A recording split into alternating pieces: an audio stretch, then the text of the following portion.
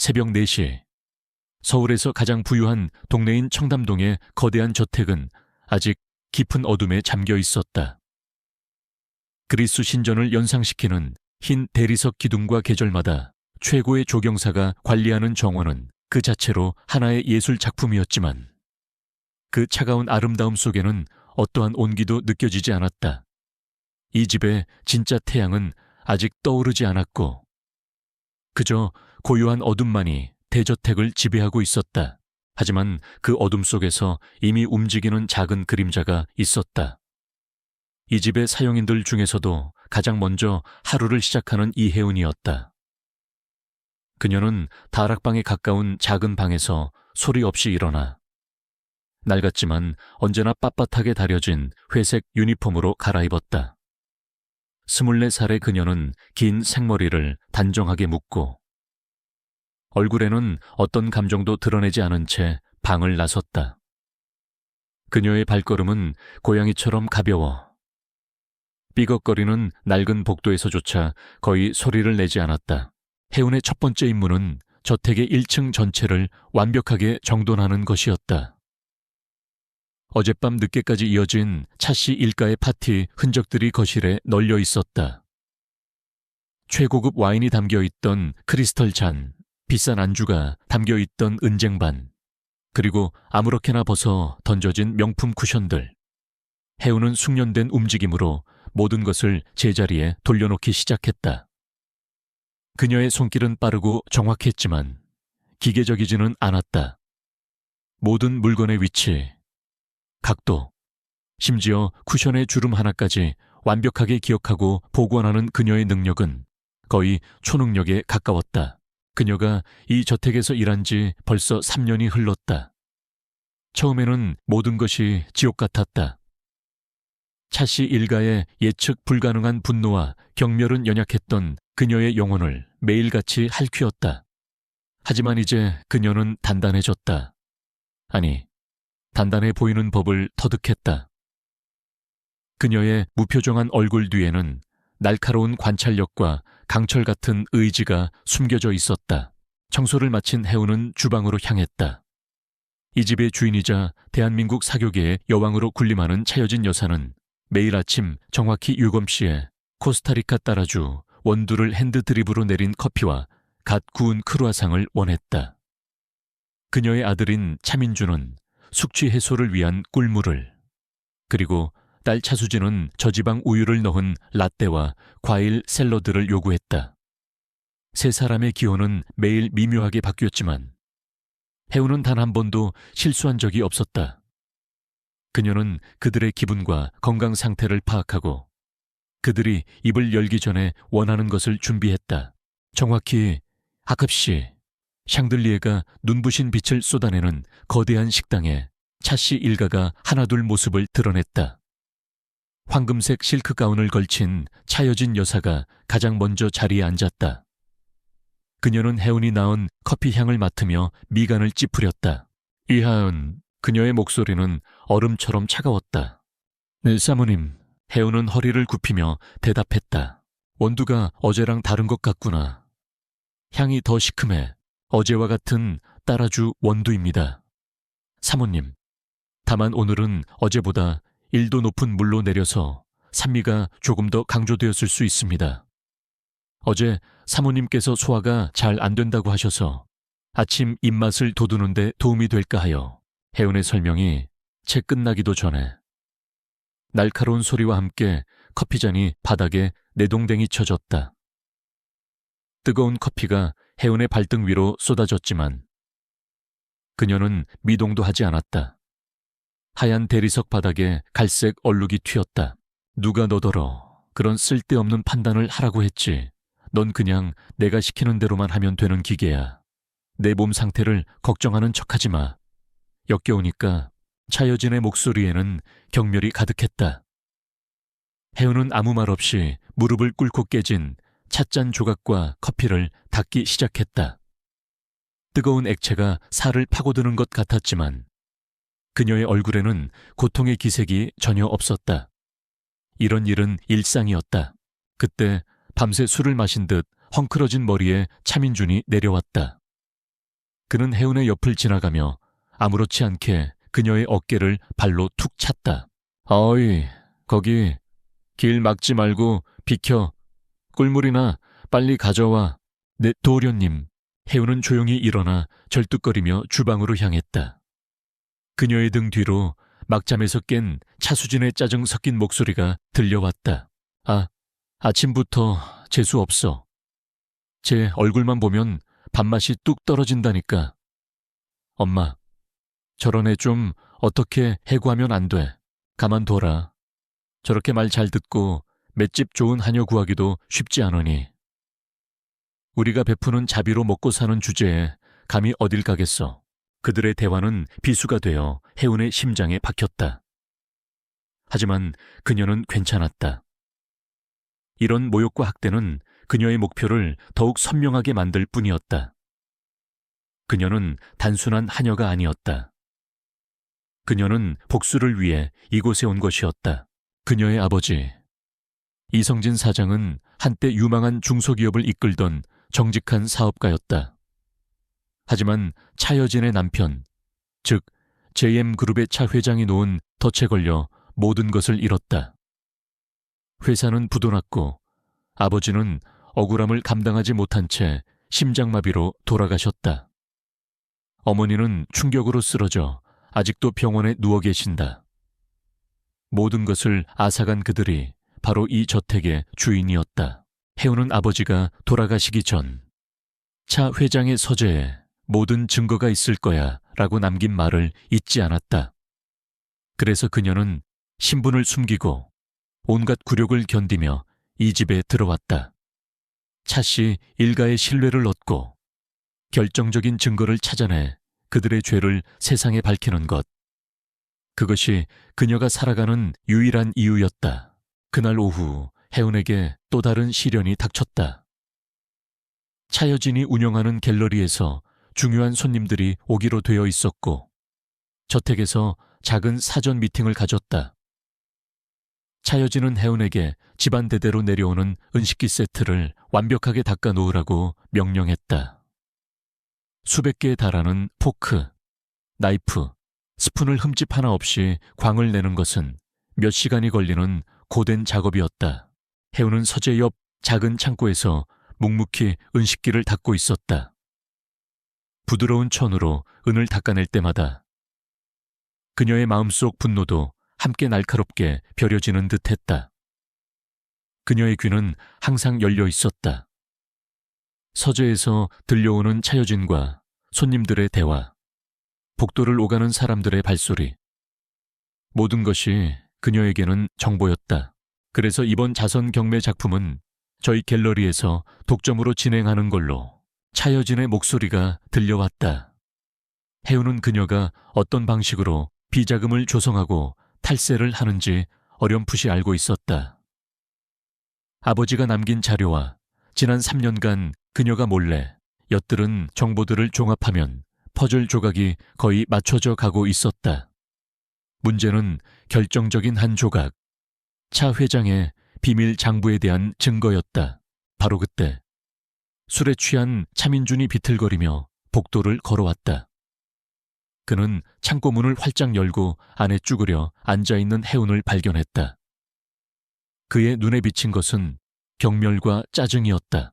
아직도 이러고 있었어. 군뱅이처럼 느려 터져가지고.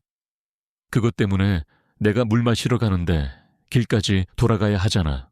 그는 이유 없는 화를 내며 혜은이 정성껏 닦아놓은 은식기 쟁반을 발로 걷어찼다. 쨍그랑 날카로운 소음과 함께 수십 개의 은식기가 바닥으로 쏟아져 내렸다. 혜은이 몇 시간 동안 쏟은 노력이 한순간에 물거품이 되었다. 죄송합니다, 도련님. 혜은은 반사적으로 사과했다. 그녀의 목소리는 떨리지 않았다. 시끄러워 내까짓게 죄송하다고 하면 다야 눈앞에서 얼쩡거리지 말고 당장 치워. 차민주는 소리치며 가버렸다. 혜은은 잠시 동안 쏟아진 은식기들을 말없이 내려다보았다. 긁히고 찌그러진 은수저 하나가 그녀의 발치에 놓여 있었다. 그녀는 그것을 천천히 집어들었다. 그녀의 눈동자에 순간적으로 차가운 불꽃이 스쳐 지나갔다. 분노가 치밀어 올랐지만 그녀는 그것을 억눌렀다. 지금은 때가 아니다. 감정을 드러내는 것은 패배자들이나 하는 짓이다. 그녀는 다시 묵묵히 은식기를 하나씩 주워 담기 시작했다. 그녀의 손은 차분했지만 머릿속은 그 어느 때보다 빠르게 회전하고 있었다. 차민준의 폭력성, 차수진의 질투심, 그리고 차여진의 교만함. 이것들은 모두 그들의 약점이었다. 그녀는 이 약점들을 이용해야 했다. 그날 밤 저택의 모든 불이 꺼지고 깊은 정적이 찾아왔다. 혜우는 자신의 작은 방에서 숨을 죽인 채 기다렸다. 자정이 넘고 경비원들의 순찰 시간이 끝나는 새벽 2시가 되자 그녀는 조용히 방을 빠져나왔다. 그녀의 손에는 낮에 몰래 챙겨둔 차 회장에 서재 열쇠, 복제품이 들려 있었다. 그녀는 3년 동안 수십 번도 더 이 순간을 시뮬레이션했다. 서재로 가는 가장 짧고 안전한 동선. CCTV, 사각지대, 바닥이 삐걱거리는 위치까지 모두 외우고 있었다. 어둠 속에서 그녀의 움직임은 한치의 오차도 없었다. 마침내 거대한 원목으로 만들어진 서재 문 앞에 섰다. 심장이 미친 듯이 뛰었지만 손은 떨리지 않았다. 그녀는 조심스럽게 열쇠를 넣고 돌렸다. 철컥 하는 작은 소리와 함께 문이 열렸다. 서재 안은 비싼 가죽과 오래된 종이 냄새로 가득했다. 달빛이 창문을 통해 들어와 거대한 책상 위를 비추고 있었다. 혜우는 곧장 책상으로 향했다. 그녀의 목표는 차 회장이 사용하는 개인용 컴퓨터였다. 그는 모든 비밀 자료를 암호화된 파일로 그 안에 보관하고 있다는 정보를 입수했다. 그녀는 주머니에서 작은 USB 장치를 꺼냈다. 단순한 저장 장치가 아니었다. 그녀가 아는 해커에게 거금을 주고 의뢰해 만든 비밀번호를 우회하고 데이터를 복제하는 특수 프로그램이 담겨 있었다. 컴퓨터를 켜고 USB를 꽂았다. 화면에 복잡한 코드들이 빠르게 지나갔다. 1분, 2분. 시간이 영원처럼 느껴졌다. 그녀의 온 신경은 문 밖의 소리에 집중되어 있었다. 누군가 온다면 모든 것이 끝이었다. 마침내 화면에 복제 완료라는 작은 메시지가 떴다. 혜우는 재빨리 USB를 뽑고 컴퓨터를 끈 뒤 모든 것을 원래 상태로 되돌려 놓았다. 그녀의 입에는 식은땀이 송골송골 맺혀 있었다. 서재를 빠져나와 자신의 방으로 돌아온 혜우는 문을 잠그고 나서야 가쁜 숨을 몰아쉬었다. 그녀는 떨리는 손으로 USB를 꽉 쥐었다. 이 작은 장치 안에 차씨 일가를 무너뜨릴 폭탄이 들어있었다. 하지만 아직 끝이 아니었다. 이 데이터를 분석하고 법적 효력이 있는 증거로 만들어줄 사람이 필요했다. 그리고 어떻게 세상에 공개할 것인지도 계획해야 했다. 혼자서는 할 수 없는 일이었다. 혜우는 창가에 서서 밖을 내다보았다. 저 멀리 도시의 불빛들이 별처럼 반짝이고 있었다. 저 수많은 불빛 속 어딘가에는 정의가 존재할까? 그녀는 지치고 외로웠지만 포기할 수 없었다. 돌아가신 아버지와 병상에 누워 계신 어머니를 위해서, 그리고 빼앗긴 자신의 삶을 되찾기 위해서 그녀는 낡은 서랍을 열어 닳고 다른 가족 사진을 꺼냈다. 행복하게 웃고 있는 아버지와 어머니, 그리고 어린 자신 사진 속에 따뜻했던 순간이 그녀의 차가운 결심을 다시 한번 다져주었다. 조금만 더 기다려주세요. 아빠, 제가 모든 것을 제자리로 돌려놓을게요. 어둠 속에서 그녀의 목소리는 나지막했지만 그 어떤 맹세보다도 강하고 단단하게 울려 퍼졌다. 그녀는 더 이상 학대받는 무력한 하녀가 아니었다. 복수의 칼날을 품고 폭풍의 눈으로 걸어 들어가는 심판자였다. 이제 막 거대한 비극의 서막이 올랐을 뿐이었다. 며칠 후 차씨 저택은 대한민국 정재계의 거물들이 모두 모이는 화려한 자선 파티로 그 어느 때보다 눈부시게 빛나고 있었다. 차여진이 이사장으로 있는 재단이 주최하는 연례 행사로 그녀의 사회적 지위와 영향력을 과시하는 가장 중요한 무대였다. 최고급 샹들리에에서 쏟아지는 빛은 다이아몬드처럼 부서져 내렸고 유명 연주자들이 연주하는 클래식 선율이 공기를 감미롭게 채웠다. 사람들은 값비싼 샴페인 잔을 부딪히며 가식적인 미소와 은밀한 탐색전이 오가는 대화를 나누었다. 이 화려한 무대 뒤에서 이혜운과 다른 사용인들은 그림자처럼 움직였다. 그녀는 은쟁반에 샴페인 잔을 가득 담고 소리 없이 사람들 사이를 오갔다. 그녀의 존재는 거의 느껴지지 않았지만 그녀의 눈과 귀는 잠시도 쉬지 않았다. 누가 누구와 은밀한 대화를 나누는지, 어떤 기업 회장이 정치인에게 귓속말을 하는지, 사모님들의 보석 중 어느 것이 진품이고 어느 것이 교묘한 모조품인지 그녀는 모든 것을 보고 듣고 기억했다. 이 파티는 그녀에게 또 하나의 정보 수집 현장이었다. 그녀의 시선이 한 곳에 잠시 머물렀다. 홀의 가장자리에 서서 지루하다는 듯 군중을 무심하게 내려다보는 한 남자. 진성그룹의 총수 강지훈이었다. 그는 다른 기업가들처럼 무리지어 아첨하거나 관계를 과시하지 않았다.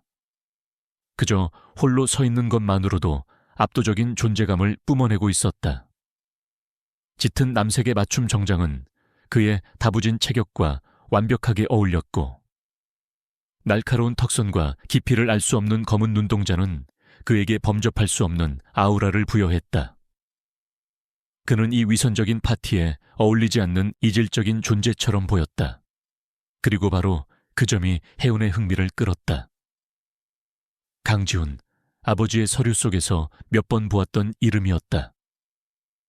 그는 JM그룹의 차 회장과 사업적으로 여러 번 부딪혔지만 단 한 번도 밀리지 않은 유일한 경쟁자였다. 한편 파티의 주인공인 차수진은 친구들에게 둘러싸여 자신의 새로운 다이아몬드 목걸이를 자랑하고 있었다. 그녀가 오늘 입은 순백색의 실크 드레스는 프랑스의 유명 디자이너가 그녀만을 위해 특별히 제작한 것으로 집 한 채 값에 달했다. 수진아, 이 드레스 정말 예쁘다. 너한테 정말 잘 어울려. 친구의 칭찬에 차수진의 어깨가 으쓱 올라갔다. 그녀는 샴페인을 한 모금 마시고는 마침 옆을 지나가던 혜운을 발견했다. 순간 그녀의 눈에 장난기 어린 아기가 스쳐 지나갔다. 그녀는 항상 모든 사람의 주목을 받아야 직성이 풀리는 성격이었고 오늘은 특히 더 그랬다. 여미요. 차수진은 갑자기 비틀거리는 척하며 혜운의 앞으로 쓰러졌다. 균형을 잡고 있던 혜운이었지만 예기치 못한 충격에 몸이 휘청했다. 그녀가 들고 있던 쟁반이 기울어지며 붉은 와인이 담긴 잔 하나가 그대로 차수진의 하얀 드레스 위로 쏟아졌다. 선홍빛 액체가 순백의 실크 위로 끔찍한 얼룩을 그리며 번져나갔다. 순간 홀의 모든 음악과 대화가 멈췄다. 모든 사람의 시선이 그들에게로 쏠렸다. 약, 차수진은 마치 끔찍한 공격이라도 당한 것처럼 비명을 질렀다. 그녀의 얼굴은 경악과 분노로 일그러졌다. 네오 지금 뭐 하는 짓이야? 이게 어떤 옷인 줄 알아? 네가 평생 벌어도 못 갚을 옷이야. 일부러 그랬지. 내가 예쁘니까 질투나서 일부러 그런 거지. 그녀는 혜운의 뺨을 향해 손을 휘둘렀다. 하지만 혜운은 본능적으로 고개를 살짝 비틀어 피했다. 손바닥이 허공을 가르는 소리가 날카롭게 울렸다. 혜운의 행동에 차수진은 더욱 이성을 잃고 날뛰었다. 네가 감히 이걸 피해 이 천한 것이. 소란을 듣고 달려온 차여진의 얼굴은 분노로 굳어 있었다. 자신의 완벽한 파티를 망친 하녀에 대한 자비는 없었다. 그녀는 혜운의 앞으로 다가와 모두가 보는 앞에서 그녀의 뺨을 힘껏 내리쳤다. 여자, 살과 뼈가 부딪히는 둔탁한 소리가 홀 전체에 울려 퍼졌다. 혜은의 고개가 옆으로 돌아갔고 입술이 터져 비릿한 피맛이 느껴졌다. 뺨은 순식간에 불타는 듯한 통증과 함께 부어올랐다. 이 쓸모없는 것, 당장 수진이한테 무릎 꿇고 사죄하지 못해. 차여진의 목소리는 얼음장처럼 차가웠다. 하객들은 숨을 죽인 채 이 잔인한 연극을 지켜보고 있었다. 몇몇은 불편한 기색을 보였지만 누구 하나 감히 차여진의 심기를 거스르려 하지 않았다. 이것이 바로 그녀가 가진 권력이었다. 혜우는 천천히 고개를 들었다. 그녀의 눈은 조금도 흔들리지 않았다. 그녀는 수백 개의 눈동자가 자신을 향해 쏟아지는 것을 느꼈다. 경멸, 동정, 호기심, 무관심, 그 모든 시선 속에서 그녀는 천천히 무릎을 꿇었다. 굴욕감에 몸이 떨렸지만 그녀는 허리를 꼿꼿이 세웠다. 죄송합니다, 아가씨. 제 부주의였습니다. 용서해 주십시오. 그녀의 목소리는 낮고 차분했다. 눈물도, 변명도, 두려움도 없었다. 그저 사실을 말할 뿐이었다. 그 담담한 태도가 오히려 차씨 모녀의 분노에 기름을 부었다. 용서 내 따위가 감히 용서를 입에 올려 저 애를 당장 창고에 가둬 내 눈앞에서 치워버려. 차여진이 소리치자 경호원 2명이 다가와 혜은의 양팔을 거칠게 붙잡았다. 혜은은 아무런 저항 없이 그들에게 끌려갔다. 이 모든 광경을 홀의 가장자리에서 강지훈이 지켜보고 있었다. 그의 무심했던 검은 눈동자의 처음으로 감정의 파문이 일었다. 그는 차수진이 일부러 혜은에게 부딪히는 것을 똑똑히 보았다. 그리고 이어지는 차씨 모녀의 잔인하고 유치한 행동에 역겨움을 느꼈다. 이런 인간들이 상류층 행세를 하며 사회를 이끌고 있다는 사실이 혐오스러웠다.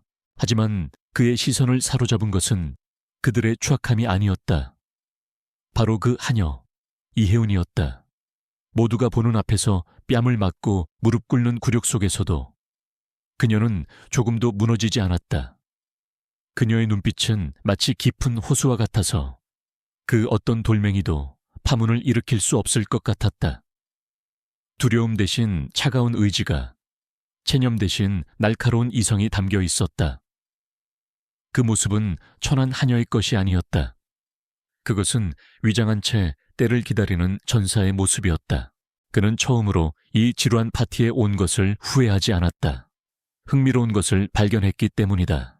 혜은이 경호원들에게 끌려나가던 순간 그녀의 시선이 잠시 강지훈과 마주쳤다. 아주 짧은 순간이었다. 하지만 그 순간 강지훈은 그녀의 눈 속에서 자신과 같은 종류의 경멸을 읽었다. 이 위선적인 세계에 대한 경멸. 그는 자신도 모르게 입꼬리가 미세하게 올라가는 것을 느꼈다. 제이미스 건, 그는 나지막이 중얼거렸다. 그는 더 이상 이 역겨운 파티에 머물 이유가 없었다. 그는 조용히 몸을 돌려 연회장을 빠져나갔다. 그의 비서인 김 실장이 재빨리 따라붙었다. 회장님, 벌써 가십니까? 아직 JM그룹차 회장님과 인사를. 필요 없어. 볼 일은 다 봤으니. 강지훈은 차에 오르며 김 실장에게 명령했다. 김 실장, 오늘 저택 파티에서 소란을 일으킨 하녀에 대해 알아봐. 이름은 이혜은. 그녀에 대한 모든 것을, 아주 사소한 것까지 전부 네 하녀 말입니까? 김 실장은 의아했지만 토를 달지 않았다. 강지훈이 이유 없이 무언가를 지시할 사람이 아니라는 것을 잘 알고 있었기 때문이다. 네, 알겠습니다. 회장님, 차가 부드럽게 저택을 빠져나가는 동안 강지훈의 머릿속은 온통 아까 그 하녀에 꺾이지 않던 눈빛으로 가득 차 있었다. 그 눈빛 뒤에 숨겨진 거대한 비밀이 궁금해졌다. 한편 혜우는 저택 뒤편에 낡은 창고에 갇혔다. 경호원들은 그녀를 바닥에 내팽개치고 문을 밖에서 잠가버렸다. 차갑고 축축한 공기 속에 먼지와 곰팡이 냄새가 진동했다. 한 줄기 희미한 달빛만이 작은 창틈으로 새어 들어오고 있었다. 해우는 차가운 시멘트 바닥에 주저앉았다. 부어오른 뺨이 화끈거렸다. 그녀는 손으로 뺨을 감쌌다. 육체적인 고통은 금방 사라질 것이다. 하지만 수백 명의 사람들 앞에서 당한 굴욕감은 쉽게 가시지 않았다. 분노와 수치심이 온몸을 휘감는 것 같았다. 그녀는 눈을 감았다. 하지만 눈물을 흘리는 대신 방금 전의 상황을 머릿속에서 몇 번이고 복기했다. 차수진의 표정, 차여진의 목소리, 하객들의 시선, 그리고 마지막에 마주쳤던 강지훈의 눈빛. 그의 눈은 다른 사람들과 달랐다. 동정이나 호기심이 아니었다. 마치 자신의 속을 꿰뚫어 보는 듯한 날카롭고 지적인 시선이었다. 그는 무언가를 알고 있다는 눈빛이었다. 해우는 눈을 떴다. 그녀의 눈동자는 더 이상 흔들리지 않았다. 오히려 차갑게 빛나고 있었다. 오늘의 굴욕은 상처가 아니라 확신을 주었다. 차씨 일가는 이토록 오만하고 잔인하다. 그들은 자신들의 죄를 반성할 능력이 없는 인간들이다. 그렇다면 자신이 직접 심판을 내리는 수밖에 없다쇼. 그리고 강지훈, 그는 예상치 못한 변수였다. 그가 오늘의 일을 어떻게 생각했을까? 그저 흥미로운 구경거리로 여겼을까? 아니면 무언가 다른 생각을 했을까? 그가 적이 될지 아군이 될지는 알 수 없었다. 하지만 한 가지는 분명했다. 그는 이제 이혜운이라는 이름을 기억할 것이다. 해우는 주먹을 꽉 쥐었다. 손톱이 손바닥을 파고드는 아픔이 오히려 정신을 맑게 해주었다. 괜찮아. 이혜운, 이건 더 큰 목표를 위한 작은 과정일 뿐이야. 그녀는 어둠 속에서 스스로를 다독였다. 침묵에 균열이 생겼다. 오늘 그녀의 존재는 더 이상 투명하지 않았다. 강지훈이라는 거대한 바위가 그녀가 던진 작은 파문 속으로 들어왔다. 이것이 앞으로의 계획에 어떤 영향을 미칠지는 알 수 없었지만 변화는 이미 시작되었다. 창고 밖에서는 여전히 화려한 음악 소리와 사람들의 웃음소리가 희미하게 들려왔다. 빛과 어둠, 환희와 고통이 한 담장 안에서 공존하는 기괴한 밤이었다. 해우는 그 모든 소음을 뒤로 한 채 자신만의 전쟁을 준비하며 조용히 어둠 속에 녹아들었다. 폭풍 전야의 고요함이었다. 창고에서의 하룻밤은 해운에게 깊은 한기를 남겼다. 다음 날 아침 문이 열리고 그녀는 아무 일 없었다는 듯이 다시 일상으로 돌아가라는 무언의 압박을 받았다. 부어오른 뺨은 옅은 화장으로도 가릴 수 없었지만 저택의 그 누구도 그 상처에 대해 묻지 않았다. 그들은 가해자였고 침묵은 그들의 암묵적인 공모였다. 파티의 소란 이후 저택의 공기는 더욱 살얼음판 같았다. 차여진은 사소한 꼬투리를 잡아 혜은에게 견디기 힘든 양의 일을 시켰다. 정원의 잡초를 맨손으로 다 뽑게 하거나 거대한 저택의 모든 창문을 혼자서 닫게 하는 시기였다. 차수진은 마주칠 때마다 보란듯이 그녀를 비웃거나 어깨를 치고 지나갔다. 그들의 학대는 이제 죄책감이나 망설임조차 없는 당연한 권리 행사가 되어 있었다. 해우는 모든 것을 묵묵히 견뎌냈다. 그녀의 머릿속은 오직 밤에 확보한 USB 데이터에 대한 생각뿐이었다.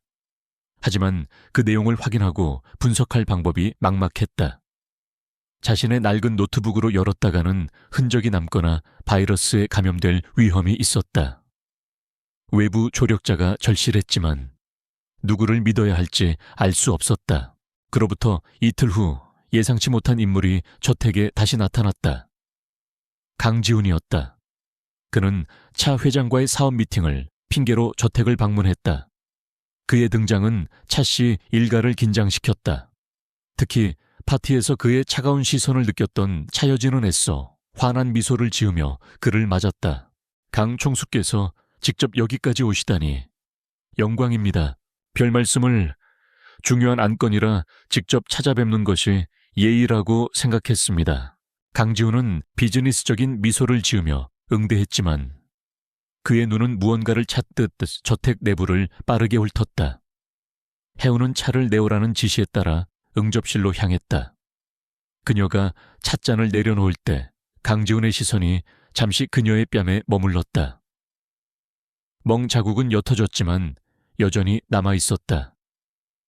그의 눈썹이 미세하게 꿈틀했지만 그는 아무 말도 하지 않았다. 미팅이 끝나고 강지훈이 돌아갈 채비를 할 때였다. 그는 일부러 복잡한 정원길을 따라 걸으며 시간을 끌었다. 마침 정원의 관목을 정리하던 해운과 마주쳤다. 주변에는 아무도 없었다. 얌간 낮고 힘있는 목소리에 해운의 손길이 멈칫했다. 그녀는 천천히 돌아섰다. 이름이 이해운이라고 했나? 강지훈이 물었다. 그는 질문을 하면서도 그녀의 반응을 날카롭게 살피고 있었다. 네?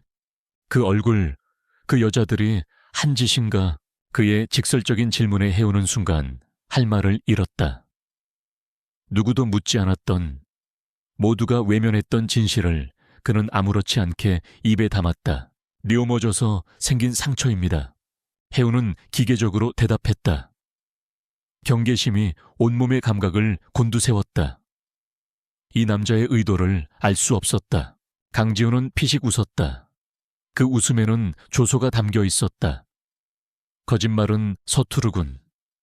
그 눈빛하고는 어울리지 않게 그는 한 걸음 다가섰다. 해운은 저도 모르게 뒷걸음질 쳤다. 내가 도와주지. 여기서 나가게 해주겠어. 지금보다 훨씬 나은 일자리와 안전한 거처를 마련해주지. 그러니 그만하면 됐어. 이런 지옥에서 썩기에는 그 눈빛이 너무 아까우니까. 그의 제안은 충격적이었다. 해운의 머릿속이 복잡하게 얽혔다. 대체 왜 이 남자가 나를 동정인가 아니면 다른 꿍꿍이가 있는 것인가 그의 도움을 받는 순간 자신은 그의 통제에 놓이게 될 것이다. 그것은 그녀의 복수 계획에 치명적인 변수가 될 수 있었다. 그녀는 누구의 도움도 없이 오직 자신의 힘으로 이 모든 것을 끝내야만 했다. 관심에 감사드립니다만 괜찮습니다. 저는 여기가 좋습니다. 해운은 고개를 숙이며 단호하게 거절했다. 그녀의 대답에 강지훈의 눈이 가늘어졌다. 그는 거절당할 것이라고는 예상하지 못했다.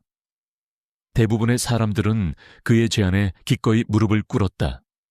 하지만 그녀는 달랐다. 그녀는 자발적으로 지옥에 남아있겠다고 말하고 있었다.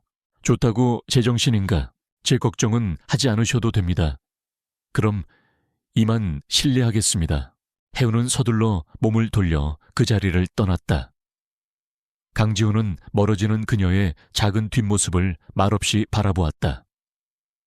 그녀는 도망치는 것이 아니었다. 자신의 의지로 전장으로 다시 걸어 들어가는 군인처럼 보였다. 그의 입가에 흥미롭다는 미소가 떠올랐다. 그는 그녀에 대한 자신의 판단이 틀리지 않았음을 확신했다. 그녀에게는 지켜야 할 무언가가 있고 떠나지 못하는 이유가 있는 것이다. 그날 밤 비가 세차게 내렸다. 차민주는 늦은 밤에 술에 잔뜩 취해 돌아왔다. 오늘 진성그룹과의 계약건에서 크게 실패한 그는 분노와 모멸감에 휩싸여 있었다. 그 계약을 성사시켜 아버지에게 인정받고 싶었지만 강지훈은 그의 계획을 손바닥 보듯 꿰뚫고 있었고 결국 그는 처참하게 패배했다. 젠장 강지훈 그 자식. 그는 집안에 들어서자마자 닥치는 대로 물건을 집어 던지며 고함을 질렀다. 사용인들은 모두 겁에 질려 숨을 죽였다. 그때 늦은 시간까지 복도를 닦고 있던 해운이 그의 눈에 띄었다. 차민준의 분노는 즉시 손쉬운 희생양을 향했다. 네오 때문이야. 그는 비틀거리며 해운에게 다가갔다. 그의 눈은 광기로 번들거렸다. 그 파티 때부터 재수가 없었어. 너 같은 재수 없는 게 우리 집에 발을 들여놓으니까 되는 일이 하나도 없잖아. 그날 강지훈 앞에서 우리 집안 망신시킨 것도 너고 도련님, 술에 많이 취하셨습니다. 방으로 혜운이 침착하게 그를 진정시키려 했지만 그의 분노는 이미 통제 불능이었다. 닥쳐, 네가 감히 나를 가르치려 들어. 차민준이 혜운의 머리채를 거칠게 움켜쥐었다. 혜운의 작은 몸이 속수무책으로 끌려갔다. 벽에 머리를 부딪힌 그녀의 눈앞에서 불꽃이 튀었다. 오늘 너 같은 건방진 년은 버릇을 단단히 고쳐줘야겠어. 여기서 아무리 소리쳐도 아무도 널 구해주러 오지 않아. 그의 손이 혜운의 유니폼을 향했다. 혜운의 눈에 처음으로 공포가 어렸다. 그녀는 필사적으로 저항했지만 남자의 완력을 이길 수는 없었다. 그녀가 비명을 지르려던 바로 그 순간이었다. 그 선노와 천둥처럼 낮고 위압적인 목소리가 복돼 울려 퍼졌다. 차민준과 혜운의 고개가 동시에 소리가 난 쪽으로 돌아갔다. 현관문 앞에 비에 젖은 검은 코트 차림에 강지훈이 서 있었다. 그의 얼굴은 감정 없이 차가웠지만 눈은 분노로 불타고 있었다. 차민준은 순간 당황했다. 네, 네가 왜 여기에? 강지훈은 그의 질문에 대답하지 않았다. 그는 성큼성큼 다가와 단 한 번의 움직임으로 혜운의 머리채를 잡고 있던 차민준의 손목을 낚아챘다. 아! 강철 같은 힘에 차민준의 얼굴이 고통으로 일그러졌다. 그는 비명을 지르며 혜운을 놓쳤다. 다시 한 번 말하지. 그 손 놓으라고 했다. 강지훈의 목소리에는 살기마저 감돌았다.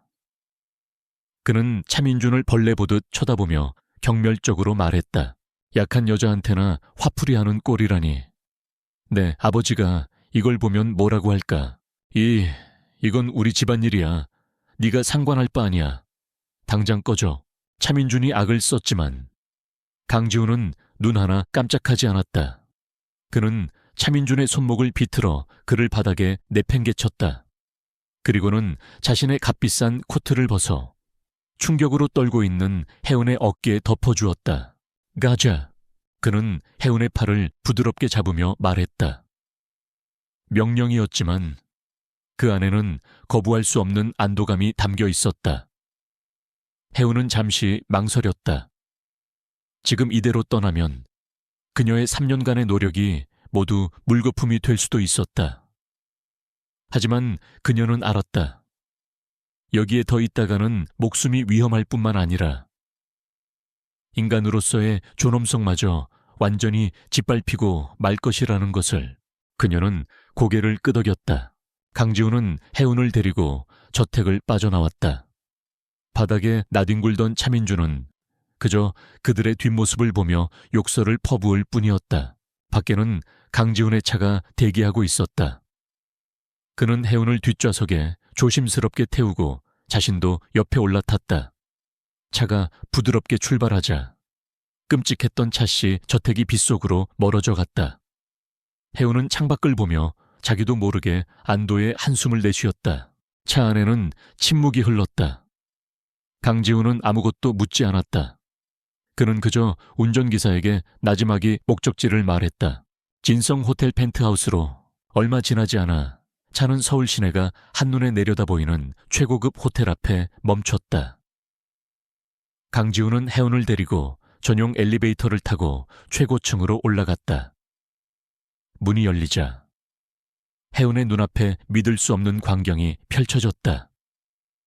그녀가 살던 다락방과는 비교도 할 수 없는 넓고 고급스러운 공간이었다. 통유리창 밖으로 비에 젖은 도시의 야경이 보석처럼 반짝였다. 오늘 밤은 여기서 지내. 아무도 여길 아는 사람은 없으니 안심해도 돼. 강지훈은 비서에게 전화를 걸어 몇 가지를 지시했다. 잠시 후 호텔 직원이 구급 상자와 새 옷 그리고 따뜻한 음식을 가져왔다. 우선 치료부터 해. 그리고 뭐라도 좀 먹고 자세한 이야기는 내일 하지. 그는 혜운의 찢어진 입술과 이마의 상처를 무심한 척 바라보며 말했다. 그 무심함 속에 희미한 걱정이 배어 있었다. 그는 혜운을 하녀나 구해줘야 할 불쌍한 피해자로 대하지 않았다. 그저 한 명의 인격체로 존중해주고 있었다. 혜우는 지난 3년간 잊고 있던 감정, 누군가에게 보호받고 있다는 느낌을 받았다. 낯설었지만 동시에 사무치게 그리웠던 감정이었다. 강지훈이 방을 나가자 거대한 펜트하우스에 혜운 혼자 남았다. 그녀는 멍하니 소파에 앉아 어깨에 걸쳐진 그의 코트를 내려다보았다. 코트에서는 그의 채취와 함께 희미한 비냄새가 났다. 그 냄새는 이상하게도 그녀의 마음을 진정시켰다. 그녀는 천천히 일어나 욕실로 향했다. 거울에 비친 자신의 모습은 엉망이었다. 헝클어진 머리, 멍든 얼굴, 공포와 피로가 뒤섞인 눈. 하지만 그 눈동자 깊은 곳에서는 새로운 빛이 타오르고 있었다. 지옥에서 빠져나왔다. 하지만 이제 그녀는 갈 곳이 없었다. 그리고 강지훈이라는 남자에게 큰 빚을 졌다. 그의 의도는 여전히 미스터리였다. 그녀의 복수 계획은 예상치 못한 방향으로 틀어졌다. 하지만 어쩌면 이것이 기회일지도 모른다. 혼자서는 불가능하다고 생각했던 일. 어쩌면 강지훈이라는 강력한 변수가 그녀가 짜놓은 복수의 판을 완성시켜줄 마지막 열쇠가 될지도 모른다는 생각이 들었다. 혜우는 따뜻한 물로 상처를 닦아냈다. 따끔한 고통이 오히려 정신을 또렷하게 만들었다. 그녀는 더 이상 혼자가 아니었다. 좋든 싫든 그녀의 운명은 이제 강지훈이라는 남자와 엮이기 시작했다. 그리고 그녀는 이 변화를 기꺼이 받아들일 준비가 되어 있었다. 몇 년 만에 처음으로 푹신한 침대에서 맞이하는 아침은 낯설었다. 혜우는 거대한 통유리창으로 쏟아져 들어오는 눈부신 햇살에 잠에서 깼다. 잠시 동안 자신이 어디에 있는지 잊었다. 삐걱거리는 다락방의 낡은 침대가 아니었다. 몸을 감싸는 시트는 부드러운 구름 같았고 공기는 상쾌했다. 어젯밤의 공포와 폭력은 마치 끔찍한 악몽처럼 느껴졌다. 그녀는 천천히 몸을 일으켰다. 어깨에 걸쳐져 있던 강지훈의 코트가 침대 아래로 떨어졌다. 그녀는 코트를 집어들어 가지런히 개어 소파 위에 올려놓았다. 방 안에는 그녀를 위해 준비된 새 옷과 어젯밤 먹지 못한 음식이 그대로 놓여 있었다. 안전하고 평화로웠다. 하지만 이 평화가 불안했다. 이것은 그녀의 것이 아니었다. 대가를 치러야 하는 빌려온 시간에 불과했다. 그녀가 샤워를 마치고 나왔을 때 강지훈이 방으로 들어왔다. 그는 어젯밤에 딱딱한 정장 차림이 아닌 편안한 캐시미어 스웨터 차림이었다. 그의 손에는 따뜻한 김이 나는 아침 식사가 담긴 쟁반이 들려 있었다. 잠은 잘 잤나? 그의 목소리는 여느 때처럼 낮았지만 어딘가 부드러운 구석이 있었다. 네, 감사합니다. 우선 아침부터 먹지. 속이 비면 생각도 제대로 할 수 없으니까. 그는 테이블에 음식을 차렸다. 갓 구운 빵과 따뜻한 수프, 신선한 샐러드. 혜은이 지난 3년간 먹어본 적 없는 사람을 위한 음식이었다. 그녀는 말없이 자리에 앉아 수프를 한 숟가락 떴다. 따뜻한 기운이 몸에 퍼지자 그제야 긴장이 조금 풀리는 것 같았다. 강지훈은 맞은편에 앉아 커피를 마시며 그녀를 지켜볼 뿐 아무것도 묻지 않았다. 그 침묵이 혜운을 더욱 불편하게도 동시에 이상하게 편안하게도 만들었다. 그는 그녀가 스스로 입을 열기를 기다리고 있었다. 식사가 거의 끝날 무렵 강지훈이 먼저 입을 열었다. 김 실장에게 자네에 대해 알아보라고 했었어. 그의 말에 혜운의 손에 들려있던 숟가락이 멈칫했다. 강지훈은 서류 봉투 하나를 테이블 위에 올려놓았다. 이혜운, 24살, 고아. 부모님은 7년 전 교통사고로 사망. 이후 여러 아르바이트를 전전하다 3년 전 차씨 저택의 사용인으로 들어감. 이게 세상이 아는 자네의 정보다. 그는 서류에서 눈을 떼고 혜운을 똑바로 쳐다보았다. 그의 눈빛은 그 어떤 신문관보다도 날카로웠다. 하지만 난 믿지 않아. 내가 본 그 눈빛의 주인은 이 서류 안에 없어. 그 지옥 같은 곳에서 모욕을 견디면서까지 버티는 데에는 분명 이유가 있겠지. 이제 말해봐. 진짜 너는 누구지? 그의 말은 해운의 마지막 방어벽을 허무는 망치와 같았다. 그녀는 입술을 깨물었다. 이제 선택의 시간이었다. 이 남자를 믿고 모든 것을 걸 것인가? 아니면 다시 혼자만의 어둠 속으로 돌아갈 것인가? 그녀는 그의 눈을 마주 보았다. 그의 눈에는 동정심이 아니었다. 그것은 진실을 갈망하는 지적인 호기심과 불의를 용납하지 않겠다는 강직함이었다. 그녀는 평생을 걸어야 할 도박을 하기로 결심했다. 제 진짜 이름은 그대로입니다. 하지만 제 아버지는 교통사고로 돌아가시지 않았습니다.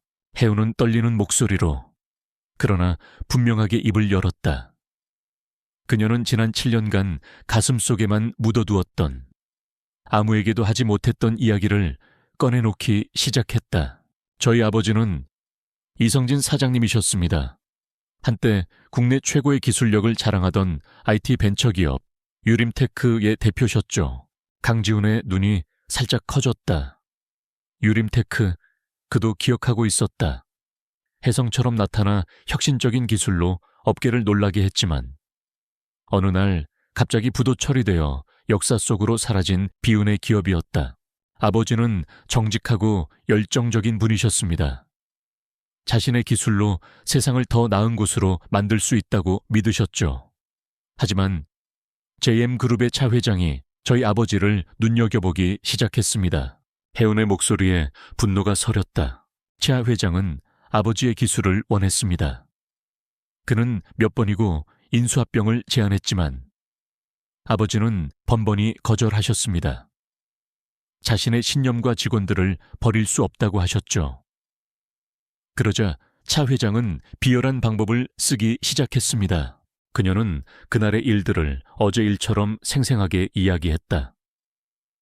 차 회장이 어떻게 언론을 이용해 유림테크에 대한 악의적인 소문을 퍼뜨렸는지, 정치권에 압력을 넣어 정부 지원금을 끊었는지, 핵심 연구원들을 거액으로 매수해 기술을 빼돌리려 했는지, 아버지 이성진 사장은 사방에서 조여오는 압박 속에서 필사적으로 회사를 지키려 싸웠다. 결국 회사는 부도가 났습니다. 아버지는 평생을 바친 모든 것을 잃으셨죠.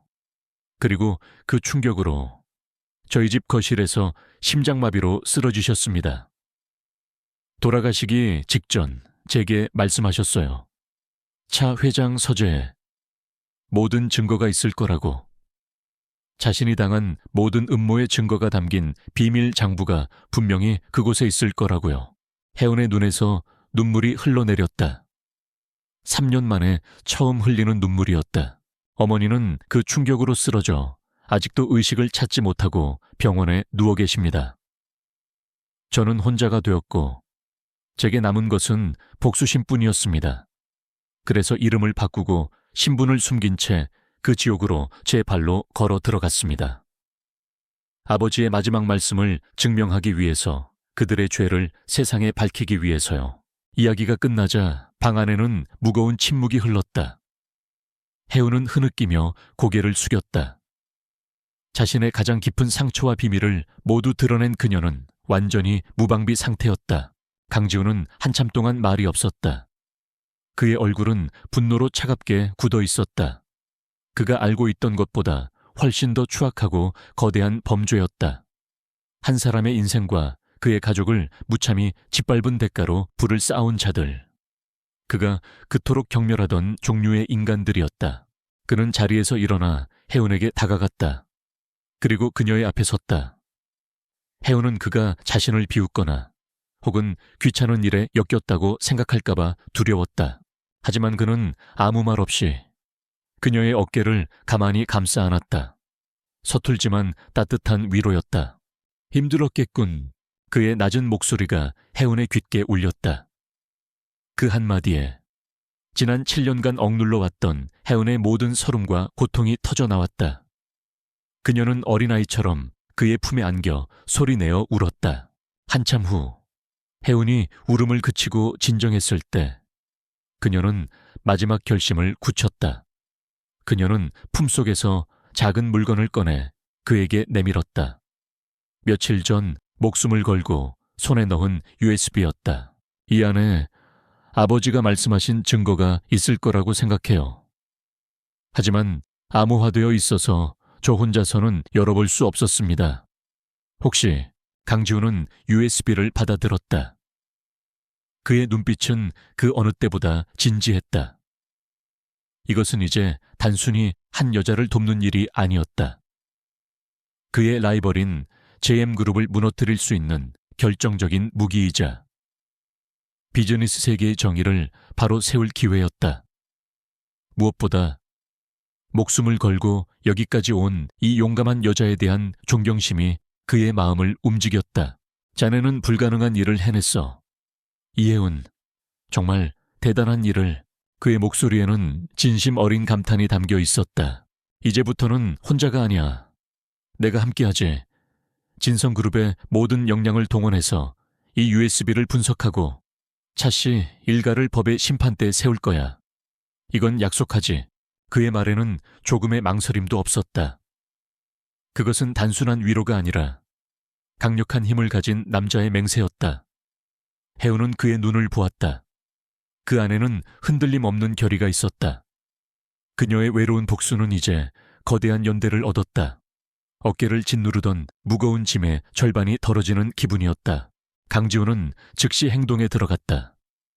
그는 자신의 비서와 보안팀장에게 전화를 걸어 최고 수준의 보안 경보를 발령하고 국내 최고의 사이버 분석 전문가들을 소집하라고 지시했다. USB는 절대 외부망과 연결하지 말고 우리 회사 내부의 독립된 서버에서만 분석하도록 해. 어떤 정보가 나올지 모르니 모든 과정은 내게만 직통으로 보고하도록. 그의 지시는 빠르고 정확했다. 전화를 끊은 그는 혜운을 돌아보았다. 분석에는 시간이 좀 걸릴 거야. 그동안 자네는 여기서 안전하게 지내도록 해. 필요한 건 뭐든지 말하고. 차씨 일가는 내가 적당한 핑계를 대서 막아놓을 테니 걱정하지 말고. 감사합니다. 혜운은 진심으로 고개를 숙였다.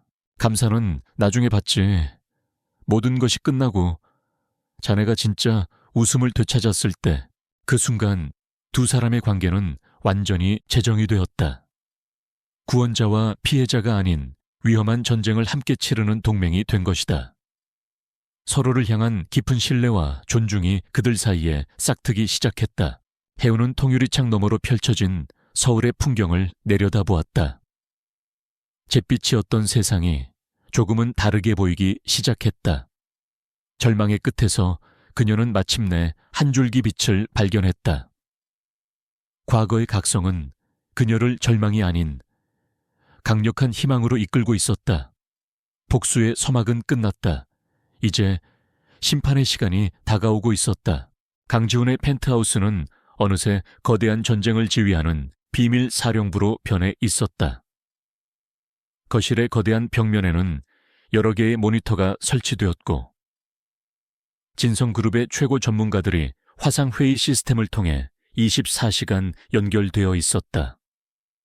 법률팀, 사이버 보안팀, 재무분석팀, 그리고 언론 대응팀까지 강지훈이 동원할 수 있는 모든 정예 인력이 이혜운이라는 단 한 사람의 복수를 위해 움직이고 있었다. 혜운은 더 이상 어둡고 낡은 한여복을 입고 있지 않았다. 강지훈이 준비해준 단정하고 세련된 옷차림의 그녀는 이 작전의 핵심 브레인으로서 회의에 참여하고 있었다. 처음에는 그녀의 존재를 의아하게 생각했던 진성그룹의 엘리트들도 곧 그녀의 비범함에 혀를 내두를 수밖에 없었다. 회장님, USB의 2단계 암호까지 해제했습니다. 하지만 내부 파일들은 단순한 데이터가 아닙니다. 차 회장만이 알아볼 수 있는 은호와 암호로 가득 찬 일종의 일기장 같습니다. 보안팀장의 보고에 모두의 표정이 어두워졌다. 수백 기가에 달하는 데이터를 확보했지만 해독할 수 없다면 무용지물이었다. 그때 혜운이 조용히 입을 열었다. 그 파일 제가 한번 봐도 되겠습니까? 강지훈은 말없이 고개를 끄덕였다. 해우는 모니터 앞으로 다가갔다. 화면에는 의미를 알 수 없는 단어들과 숫자들의 조합이 어지럽게 나열되어 있었다. 백업 5 VIP 저녁 작은 아들 말썽 푸른색 종이 10장으로 해결 스켈레오리 그림 A 실제 가치 C 장부에는 비차 전문가들이 며칠 밤낮으로 머리를 싸매도 풀지 못했던 암호문들을 해우는 놀라울 정도로 쉽게 해독하기 시작했다. 백합은 차여진 사모님이 가장 좋아하는 꽃입니다. 동시에 차명으로 운영하는 갤러리 이름이기도 하죠. 하체부는 5억 원을 의미하고 우브 VIP는 그녀가 관리하는 정계 유력 인사입니다. 즉, 백합 갤러리를 통해 5억 원의 뇌물이 건네졌다는 뜻입니다. 그녀의 설명에 회의실의 모든 사람들이 숨을 죽였다. 작은 아들은 차민준 도련님입니다. 푸른색 종이는 미화 100달러 지폐를 뜻하는 그들의 은어고요. 차민준 도련님이 해외 원정 도박으로 진빚 10만 달러를 회사 돈으로 몰래 갚아줬다는 기록입니다. 에스겔리오리 건은 미술품 가격을 부풀려 비자금을 조성하고 세금을 탈루하는 전형적인 수법입니다. 제가 지난 3년간 그들이 나누는 대화를 엿들으며 정리해둔 자료와 일치합니다.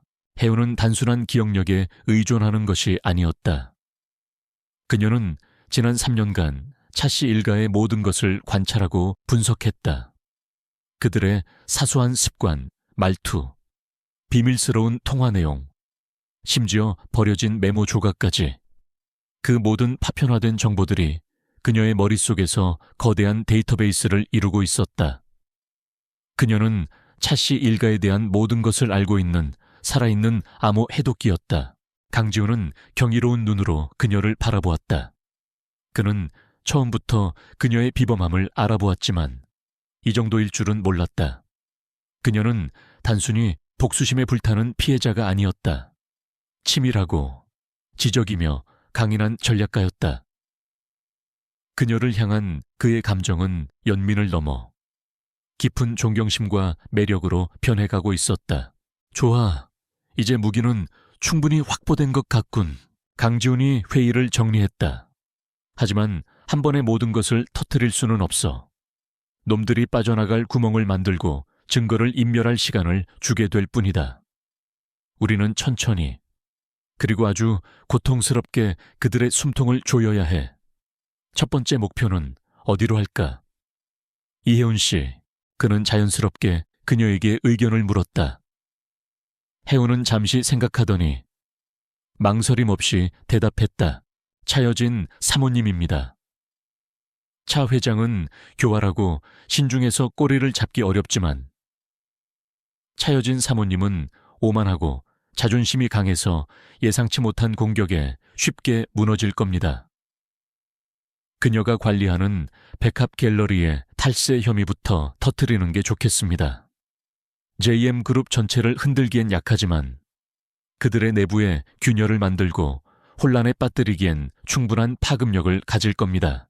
그녀의 분석은 완벽했다. 강지훈은 만족스러운 미소를 지었다. 아주 좋은 생각이야. 법률팀은 백합 갤러리의 탈세 혐의를 입증할 가장 확실하고 그러나 우리가 가진 핵심 증거는 노출하지 않을 수준의 자료들만 정리해서 넘겨. 언론 대응팀은 우리가 직접 나서는 것처럼 보이지 않도록 가장 신뢰할 수 있는 경제 전문 기자에게 익명으로 제보하도록 해. 파동을 일으키되 진원진은 숨긴다. 알겠나? 네, 회장님. 진성그룹의 거대한 기계가 움직이기 시작했다. 며칠 후 한 유력 경제지에 단독 기사가 실렸다. 유명 사모펀드 대표 부인 A씨. 갤러리 통해 수십억 원대 탈세 정황, 포착, 이니셜로 처리되었지만 재계 사람이라면 누구나 A씨가 차여진이라는 것을 알 수 있었다. 기사는 구체적인 탈세 수법과 액수를 언급하며 국세청의 조사가 불가피할 것이라고 암시했다. 기사가 나간 직후 주식시장이 즉각 반응했다. JM그룹의 주가가 소폭 하락했다. 재계 전체를 뒤흔들 정도의 큰 타격은 아니었지만 완벽하다고 믿었던 그들의 성벽에 처음으로 균열이 가는 순간이었다. 작은 파문이 일기 시작한 것이다. 그 시각 차씨 저택은 그야말로 아수라장이었다. 차 회장은 신문을 집어던지며 불같이 화를 냈다. 이게 도대체 어떻게 된 일이야? 누가 감히 내 아내를 건드려? 내부 정보가 새어나간 게 분명해. 당장 누가 이런 짓을 했는지 알아내. 차여진은 자신의 명예에 흠집이 갔다는 사실에 분노와 수치심으로 얼굴이 새하얘진 채 떨고 있었다. 여보, 이건 분명 누군가의 음해예요. 어떻게 이런 정보가... 말도 안 돼요. 차민주는 소파에 앉아 짜증 섞인 목소리로 말했다. 아, 시끄러워. 그러니까 평소에 조심 좀 하시지 그랬어요. 대체 누구한테 원한을 샀길래 이래요. 그들의 집안은 외부의 작은 공격 하나에 이토록 쉽게 서로를 비난하며 무너져 내리고 있었다. 차 회장은 혼란 속에서도 냉정을 잃지 않으려 애썼다. 그는 자신의 정보망을 총동원해 기사의 출처와 배후를 캐기 시작했다. 내부자 소행일 가능성, 경쟁사의 공격일 가능성 등 모든 경우의 수를 따져보았다. 그러다 그의 머릿속에 두 가지 사건이 스쳐 지나갔다. 얼마 전 파티에서 있었던 소란, 그리고 그날 이후로 감쪽같이 사라져버린 하녀, 이혜운, 마지막으로 아들 차민준이 그 하녀를 폭행하려던 날 밤 귀신같이 나타나 그녀를 데리고 사라진 강지훈. 시얼마, 차 회장의 얼굴이 굳어졌다. 모든 조각들이 하나의 그림을 향해 맞춰지고 있었다. 타이밍이 너무나도 절묘했다. 강지훈이 갑자기 그 하찮은 하녀에게 관심을 보인 것도, 그녀가 사라진 직후 이런 공격이 시작된 것도 우연이라고 보기에는 너무나도 기묘했다. 그 계집애 이혜운, 당장 그 아이 행방부터 찾아내 살아있든 죽었든 내 앞에 데려와. 그리고 강지훈 그놈 뒤도 샅샅이 캐봐. 분명 그놈과 관련이 있을 거야. 차 회장의 분노는 이제 명확한 목표를 향하고 있었다. 그는 강지훈이 자신에게 선전포고를 했다고 판단했다. 그리고 그 전쟁의 중심에 사라진 하녀가 있다는 것을 직감했다. 한편 펜트하우스에서 혜운과 지훈은 작전의 성공적인 첫 단계를 자축하고 있었다. 그들은 밤늦게까지 다음 계획을 논의하며 함께 저녁 식사를 했다. 복잡한 서류와 모니터 대신 두 사람 사이에는 따뜻한 음식과 와인잔이 놓여 있었다. 당신 덕분이야. 이혜운 씨, 당신이 없었다면 우린 저 암호들을 풀지 못했을 거야. 강지훈이 와인잔을 들어보이며 말했다. 그의 눈빛은 그 어느 때보다 부드러웠다. 아닙니다. 회장님의 도움이 없었다면 저는 시작조차 할 수 없었을 겁니다. 혜운은 옅은 미소를 지으며 대답했다. 그녀의 얼굴에서 한여의 그늘은 완전히 사라져 있었다. 대신 자신감과 지성이 빛나고 있었다. 강지훈은 그런 그녀의 모습에서 눈을 뗄 수가 없었다. 함께 목표를 향해 싸우는 동안 그들은 서로의 가장 깊은 곳을 보게 되었다. 혜운은 강지훈의 차가운 가면 뒤에 숨겨진 따뜻함과 정의감을 보았고, 강지훈은 혜운의 연약한 외면 아래 감춰진 강철 같은 의지와 비범한 능력을 보았다. 그들은 서로에게 단순한 동맹 이상이 되어가고 있었다. 서로를 구원하고 또 서로에게서 구원받는 존재가 되어가고 있었다. 그때 강지훈의 휴대폰이 짧게 울렸다. 김 실장에게서 온 비밀 메시지였다. 차 회장 측에서 이혜운 씨의 행방을 수소문하고 있습니다. 신변에 위협이 될 수 있습니다. 강지훈의 표정이 순간 굳어졌다. 놈들이 생각보다 빨리 움직이기 시작했다. 이제 위험은 더 이상 추상적인 것이 아니었다. 혜운에게 직접적인 위협이 되고 있었다. 그는 애써 표정을 갈무리하고 자리에서 일어났다. 그는 발코니에 서서 도시의 야경을 보고 있는 혜운에게 다가갔다. 그녀의 가녀린 어깨가 유난히 위태로워 보였다. 그는 그녀를 지켜주고 싶었다. 단순히 동맹으로서가 아니라 한 남자로서 시옷 번째 파문은 던져졌어. 이제 곧 폭풍이 몰려올 거야. 그가 그녀의 옆에 서서 나지막이 말했다. 아직 그녀가 추적당하고 있다는 사실을 말해줄 수는 없었다. 불필요한 공포를 주고 싶지 않았다. 해우는 그를 돌아보았다.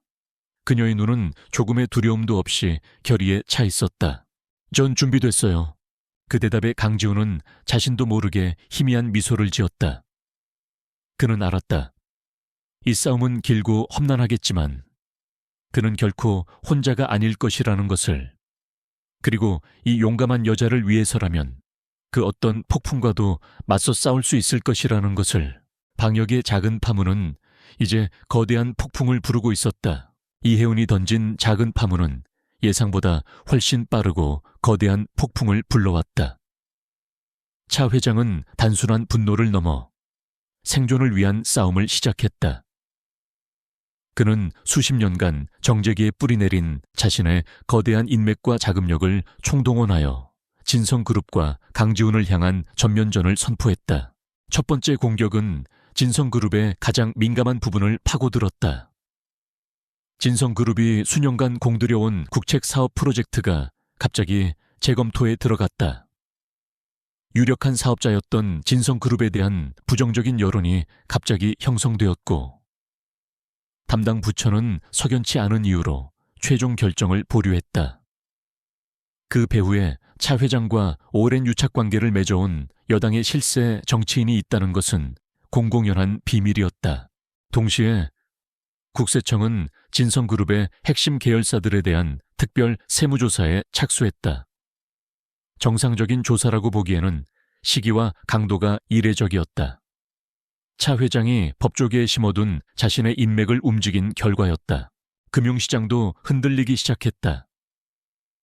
JM그룹과 연계된 은행들은 진성그룹의 대출 연장을 거부하거나 금리 인상을 요구했다.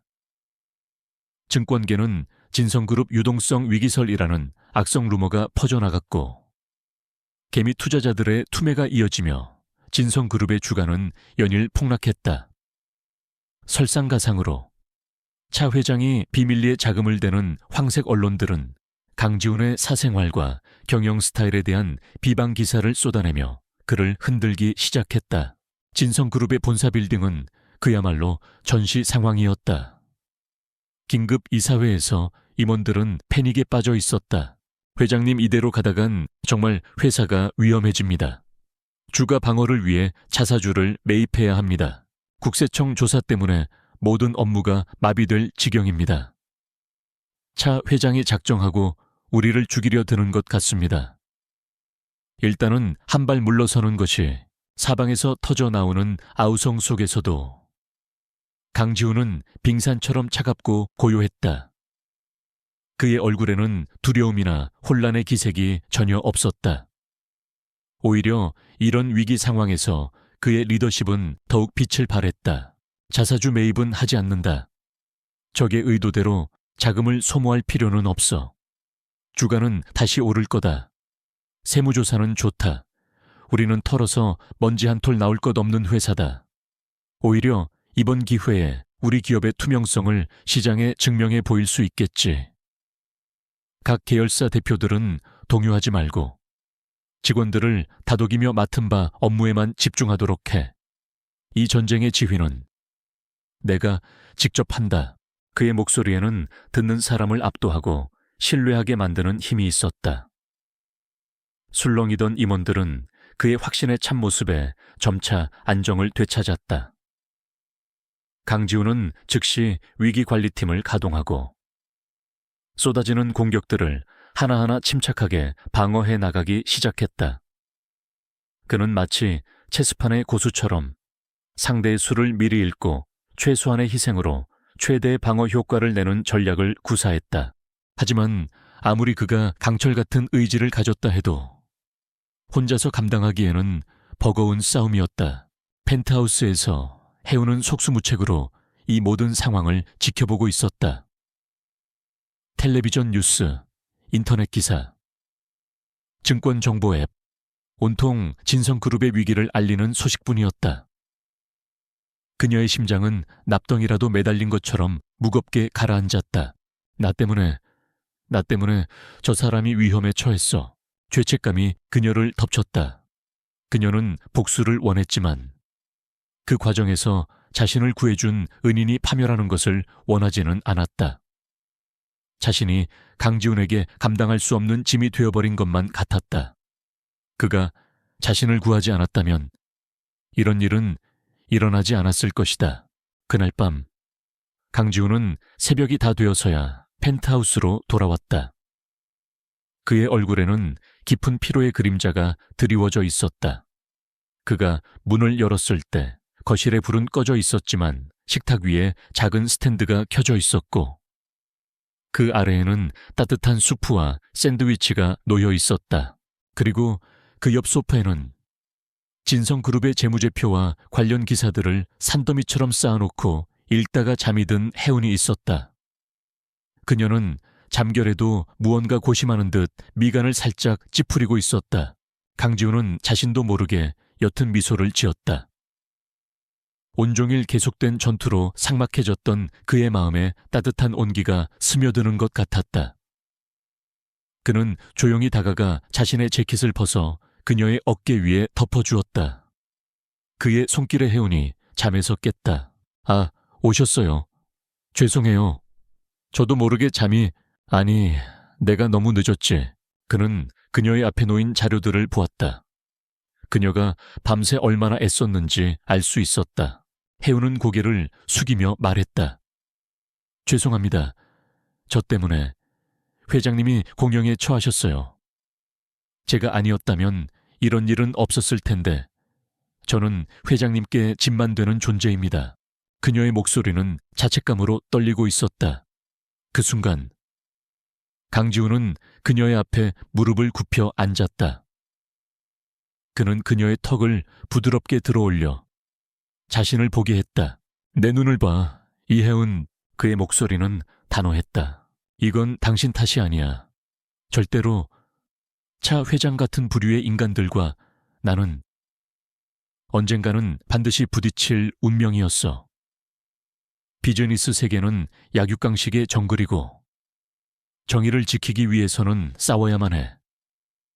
당신은 이 전쟁을 시작한 게 아니야. 오히려 나에게 이길 수 있는 무기와 싸워야만 하는 명확한 이유를 줬어. 그는 그녀의 뺨에 흐르는 눈물을 손으로 부드럽게 닦아주었다. 그의 손길은 조심스러웠지만 그 안에 담긴 감정은 분명했다. 그러니 다시는 그런 말 하지 마. 당신은 짐이 아니야. 내게 당신은 내 모든 것을 걸고서라도 지켜내야 할 가장 소중한 보물이야. 보물.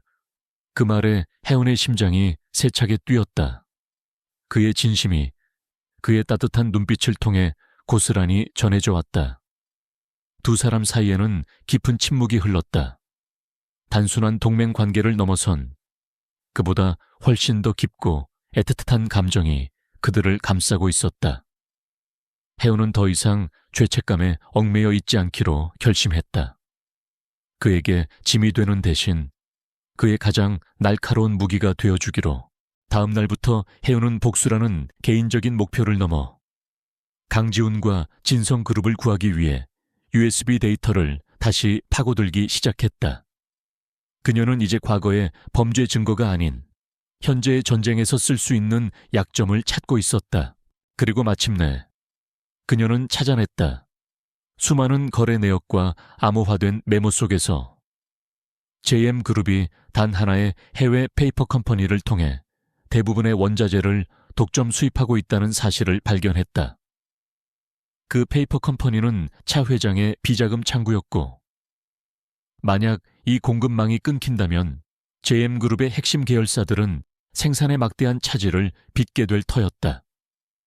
그것은 차 회장의 아킬레스건이었다. 이 페이퍼 컴퍼니의 실소유주 정보를 찾아내서 언론에 터뜨리는 겁니다.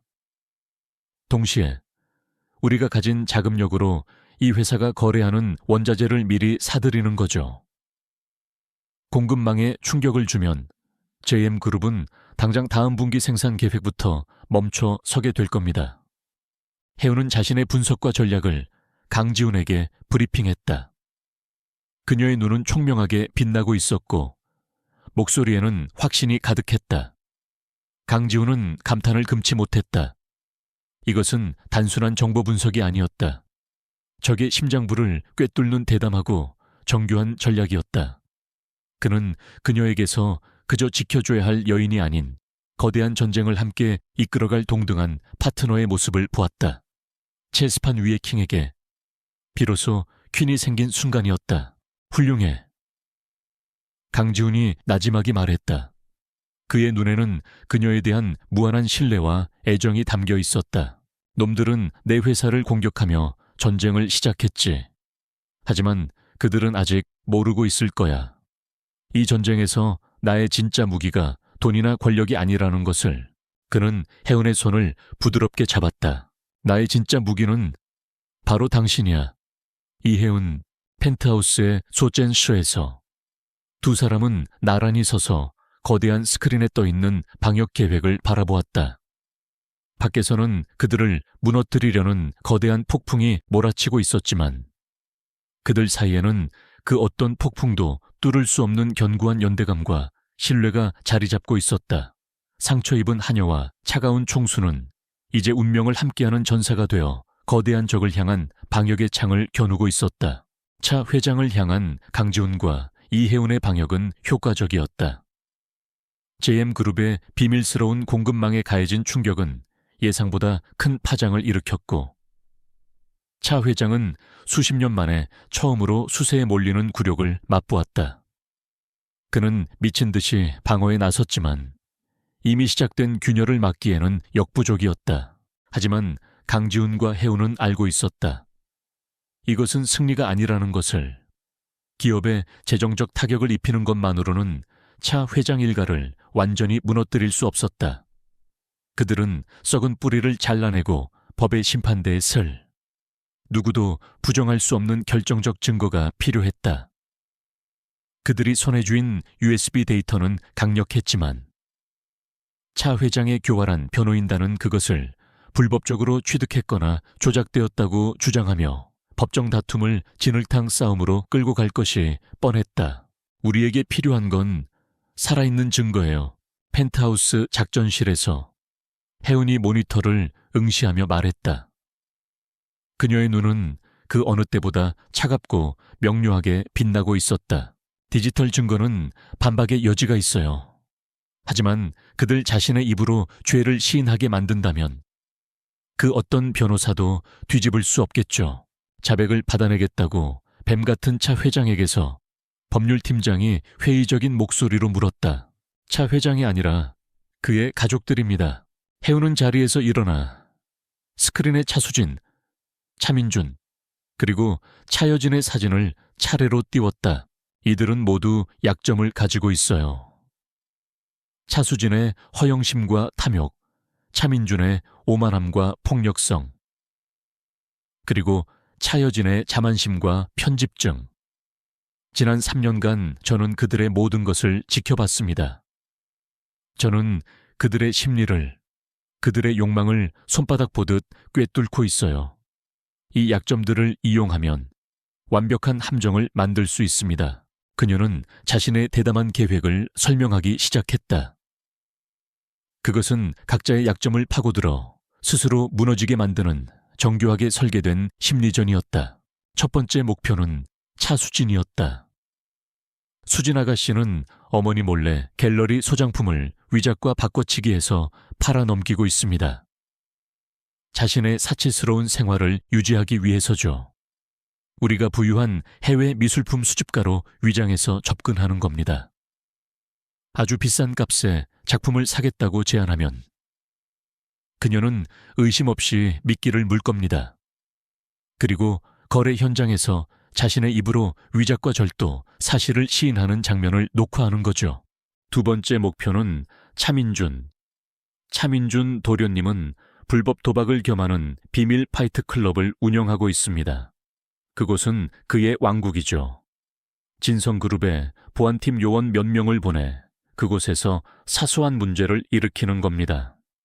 그의 자존심을 건드리면 그는 이성을 잃고 날뛸 겁니다. 그리고 술에 취해 자신의 집안이 얼마나 대단한지, 사람 하나쯤 없애는 건 일도 아니라고 떠벌리게 유도하는 거죠. 물론 이 모든 것도 녹음해야 합니다. 마지막 그리고 가장 중요한 목표는 차여진이었다.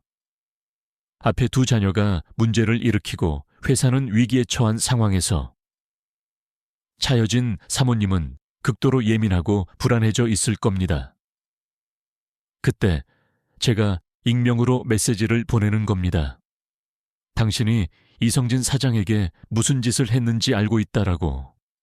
그리고 저만이 알 수 있는 그녀가 남편과 나눴던 비밀 대화의 한 조각을 흘리는 거죠.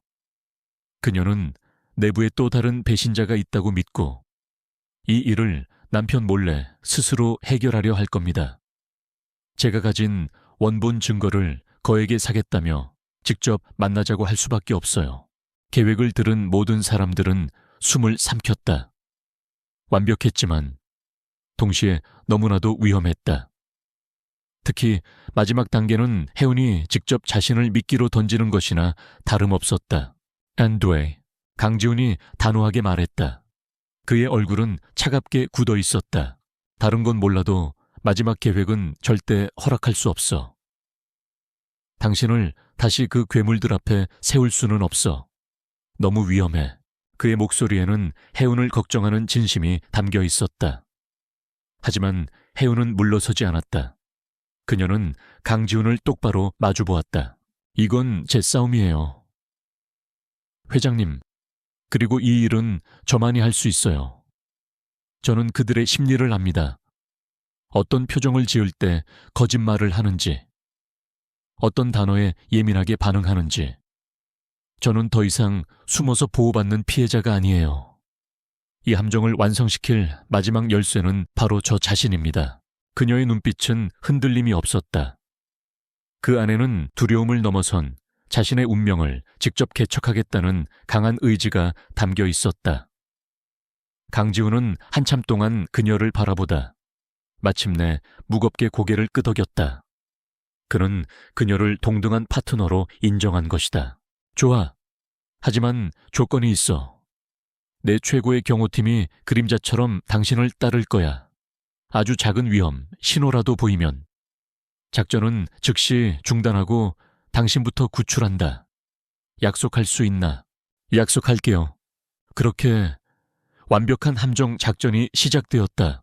모든 것은 혜운의 시나리오대로 움직였다. 진성그룹의 자금으로 위장한 해외 큰손 앞에 차수진은 탐욕에 눈이 멀어 자신이 훔친 그림을 들고 나타났다. 그녀는 거래를 성사시키기 위해 그림이 진품임을 증명하려 애쓰다. 결국 자신이 어떻게 위작과 바꿔치기 했는지, 그 돈으로 무엇을 했는지 자랑처럼 떠벌렸고, 이 모든 것은 초소형 카메라에 고스란히 담겼다. 차민준 역시 쉽게 덫에 걸려들었다. 자신의 비밀 클럽에서 벌어진 사소한 시비에 그는 이성을 잃고 폭주했다. 강지훈이 심어둔 도발꾼의 몇 마디에 그는 술에 취해 우리 아버지가 어떤 사람인 줄 알아. 눈에 거슬리는 놈들은 그냥 밟아버리면 그만이야. 그 이혜운 년처럼 말이야. 라고 소리쳤고, 이 발언은 고성능 녹음 장치에 선명하게 기록되었다. 이제 마지막 단계만이 남았다. 혜운은 차여진에게 익명의 메시지를 보냈다. 7년 전 유림테크 사무실에서 개미 한 마리 남기지 말고 다 태워버려 라고 말했던 거 기억하시나요? 그것은 혜운이 아버지를 통해 들었던 차 회장 부부만이 아는 대화 내용이었다. 차여진의 반응은 즉각적이었다. 그녀는 패닉에 빠졌고 남편 몰래 이 일을 해결하기 위해 거액의 돈을 제시하며 접선을 요구해왔다. 약속 장소는 그녀가 운영하는 백합 갤러리의 VIP 라운지였다. 인적이 드물고 보안이 철저한 곳, 그녀 나름대로는 안전하다고 생각한 장소였겠지만 그곳은 이미 강지훈의 사람들이 완벽하게 장악한 상태였다. 모든 벽에는 초소형 카메라와 마이크가 설치되었고 저격수를 포함한 경호원들이 건물 안팎에 위장 잠복해 있었다. 해우는 짧은 가발과 짙은 화장으로 얼굴을 가리고 전혀 다른 사람으로 변신했다. 그녀가 약속 장소로 향하기 직전 강지훈이 그녀의 팔을 붙잡았다. 조심해. 그의 목소리에는 애써 감춘 불안감이 묻어났다. 해우는 그를 향해 희미하게 미소 지었다. 걱정 마세요. 이제 곧 모든 게 끝날 거예요. 갤러리 라운지에서 해우는 마침내 차여진과 마주 앉았다. 3년 만에 처음으로 지배자와 피지배자가 아닌 동등한 위치에서였다.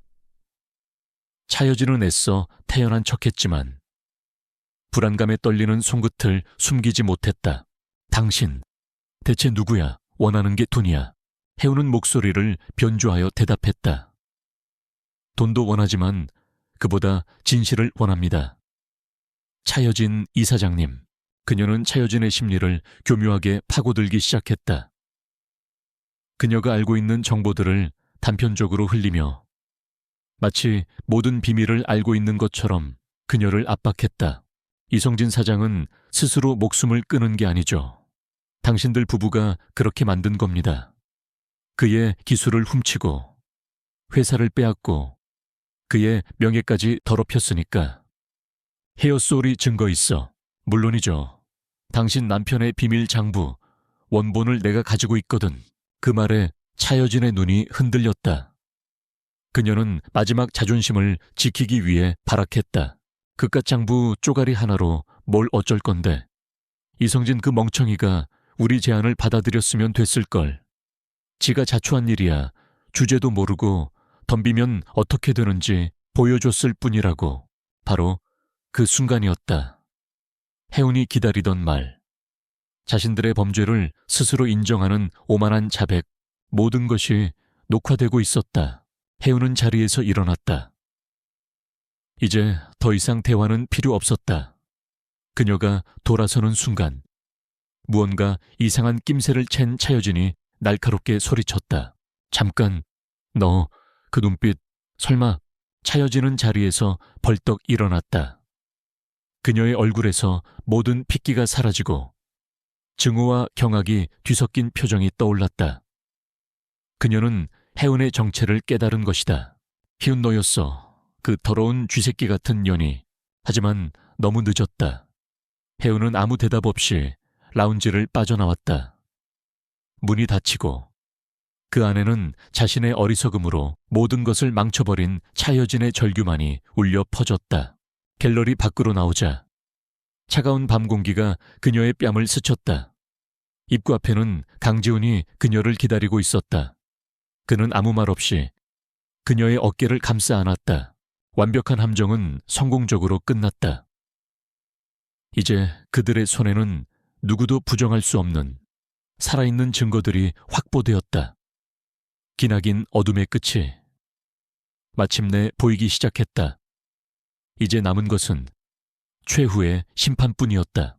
차가운 겨울밤, 서울의 중심부에 위치한 차 아트 센터는 대한민국에서 가장 영향력 있는 인물들로 가득 찼다. 차여진이 이끄는 재단의 연례 후원의 밤 행사는 올해도 어김없이 화려함의 극치를 자랑했다. 반짝이는 카메라 플래시, 최고급 드레스와 턱시도를 차려입은 사람들, 그리고 그들 사이에 오가는 수억 원대의 미술품 경매. 모든 것이 완벽해 보였다. 특히 오늘 밤의 주인공인 차여진은 그 어느 때보다 우아하고 자신감 넘치는 모습이었다. 최근 자신과 JM그룹을 둘러싼 불미스러운 루머들을 비웃기라도 하듯 그녀는 여왕처럼 군림하며 사교계의 중심에서 빛나고 있었다. 남편인 차 회장과 아들 민준, 딸 수진도 그녀의 곁을 지키며 견고한 가족의 이미지를 연출했다. 며칠 전 겪었던 혼란과 불안은 두꺼운 화장과 값비싼 옷 아래 감쪽같이 숨겨져 있었다. 그들은 이 밤이 지나면 자신들을 향했던 모든 의심이 씻은 듯이 사라질 것이라 믿어 의심치 않았다. 그 시각 도시의 불빛이 한눈에 내려다 보이는 펜트하우스에서 강지훈과 이혜우는 거대한 스크린을 통해 행사장의 모든 상황을 실시간으로 지켜보고 있었다. 방 안에는 숨막히는 긴장감이 흘렀다. 수년간에 걸친 혜운의 고통과 인내, 그리고 지난 몇 달간의 치밀한 계획이 모두 오늘 밤 단 한순간을 위해 존재했다. 떨리나? 강지훈이 혜운의 곁에 서서 나지막이 물었다. 혜운은 조용히 고개를 저었다. 아니요, 더 이상 떨리지 않아요. 이제는 끝내야 한다는 생각뿐입니다. 그녀의 눈은 흔들림 없이 스크린 속에서 위선적인 미소를 짓고 있는 차씨 일가를 향해 고정되어 있었다. 강지훈은 말없이 그녀의 손을 부드럽게 감싸 쥐었다. 그의 손에서 전해져 오는 단단한 온기가 그녀에게 마지막 용기를 불어넣어 주었다. 행사가 절정에 달하고 마침내 차여진이 무대 위로 올라섰다. 그녀는 우아한 몸짓으로 마이크 앞에 서서 준비된 연설을 시작했다. 예술의 가치, 나눔의 중요성, 그리고 사회적 책임에 대한 그녀의 목소리는 아름답고 설득력 있게 울려 퍼졌다. 연설을 듣는 청중들은 감탄하며 고개를 끄덕였다. 이보다 더 완벽한 위선은 없었다. 우리 사회가 더 아름다워지기 위해서는 무엇보다 정직과 진실의 가치가 바로 서야 한다고 믿습니다. 오늘 이 자리에 함께해 주신 모든 분들과 함께 그 가치를 지켜나가고 싶습니다. 우리 모두를 위하여 차여진이 샴페인 잔을 높이 치켜드는 순간, 바로 그 순간이었다. 무대 뒤편에 거대한 스크린이 갑자기 지지직거리며 꺼졌다. 장내의 모든 조명도 함께 깜빡였다. 잠시 당황스러운 정적이 흘렀다. 기술적인 문제라고 생각한 사람들이 웅성거리기 시작했다. 그리고 다음 순간 스크린이 다시 켜졌다. 하지만 화면에 나타난 것은 재단의 홍보 영상이 아니었다. 검은 바탕 위로 하얀 글씨가 선명하게 떠올랐다. 차씨 일가 뒤에 숨겨진 진실. 장내가 싸늘하게 얼어붙었다. 차여진의 얼굴에서 미소가 사라졌다. 무언가 끔찍하게 잘못되었다는 것을 직감한 그녀가 다급하게 소리쳤다. 이게 무슨 짓이야. 당장 저 영상 꺼. 하지만 너무 늦었다. 영상은 이미 시작되었다. 첫 화면은 비밀스러운 거래 장소에서 자신의 목소리로 미술품 위조와 절도 사실을 자랑처럼 떠벌리는 차수진의 모습이었다. 그녀의 친구들 앞에서 창백하게 굳어가는 수진의 얼굴이 클로즈업되었다. 다음 화면은 광란에 휩싸인 차민준이었다. 그는 비밀 파이트 클럽에서 우리 집안은 법 위에 있어. 눈에 거슬리는 놈들은 그냥 밟아버리면 그만이야. 라고 포효하고 있었다. 술에 취해 횡설수설하는 그의 모습에 객석에 앉아있던 차 회장의 얼굴이 잿빛으로 변했다. 분위기는 순식간에 공포로 바뀌었다. 영상은 멈추지 않았다. 이제 화면에는 차 회장의 비밀 장부에서 빼낸 데이터들이 그래픽으로 펼쳐졌다. 유림테크를 파산시키기 위해 조작된 회계 자료. 뇌물을 받은 정치인과 검사들의 명단이 적나라하게 공개되었다. 객석에 앉아있던 몇몇 유력 인사들의 얼굴이 하얗게 질렸다. 그들은 슬금슬금 자리를 피하려 했지만 이미 모든 기자들의 카메라가 그들을 향하고 있었다. 그리고 영상의 마지막 클라이맥스였다.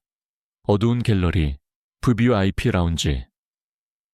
목소리가 변조된 누군가와 대화하는 차여진의 모습이 나타났다.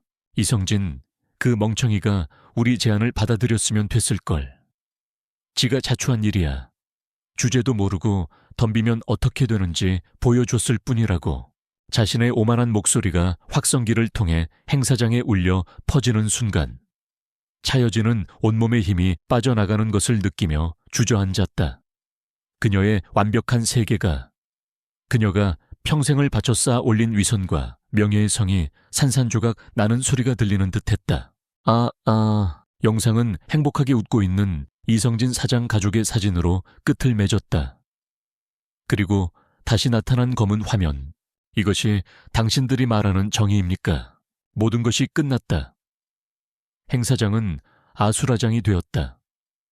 사람들의 경악에 찬 비명, 기자들의 터져나오는 질문, 도망치려는 사람들과 그들을 막아서는 경호원들, 그야말로 아비규환이었다.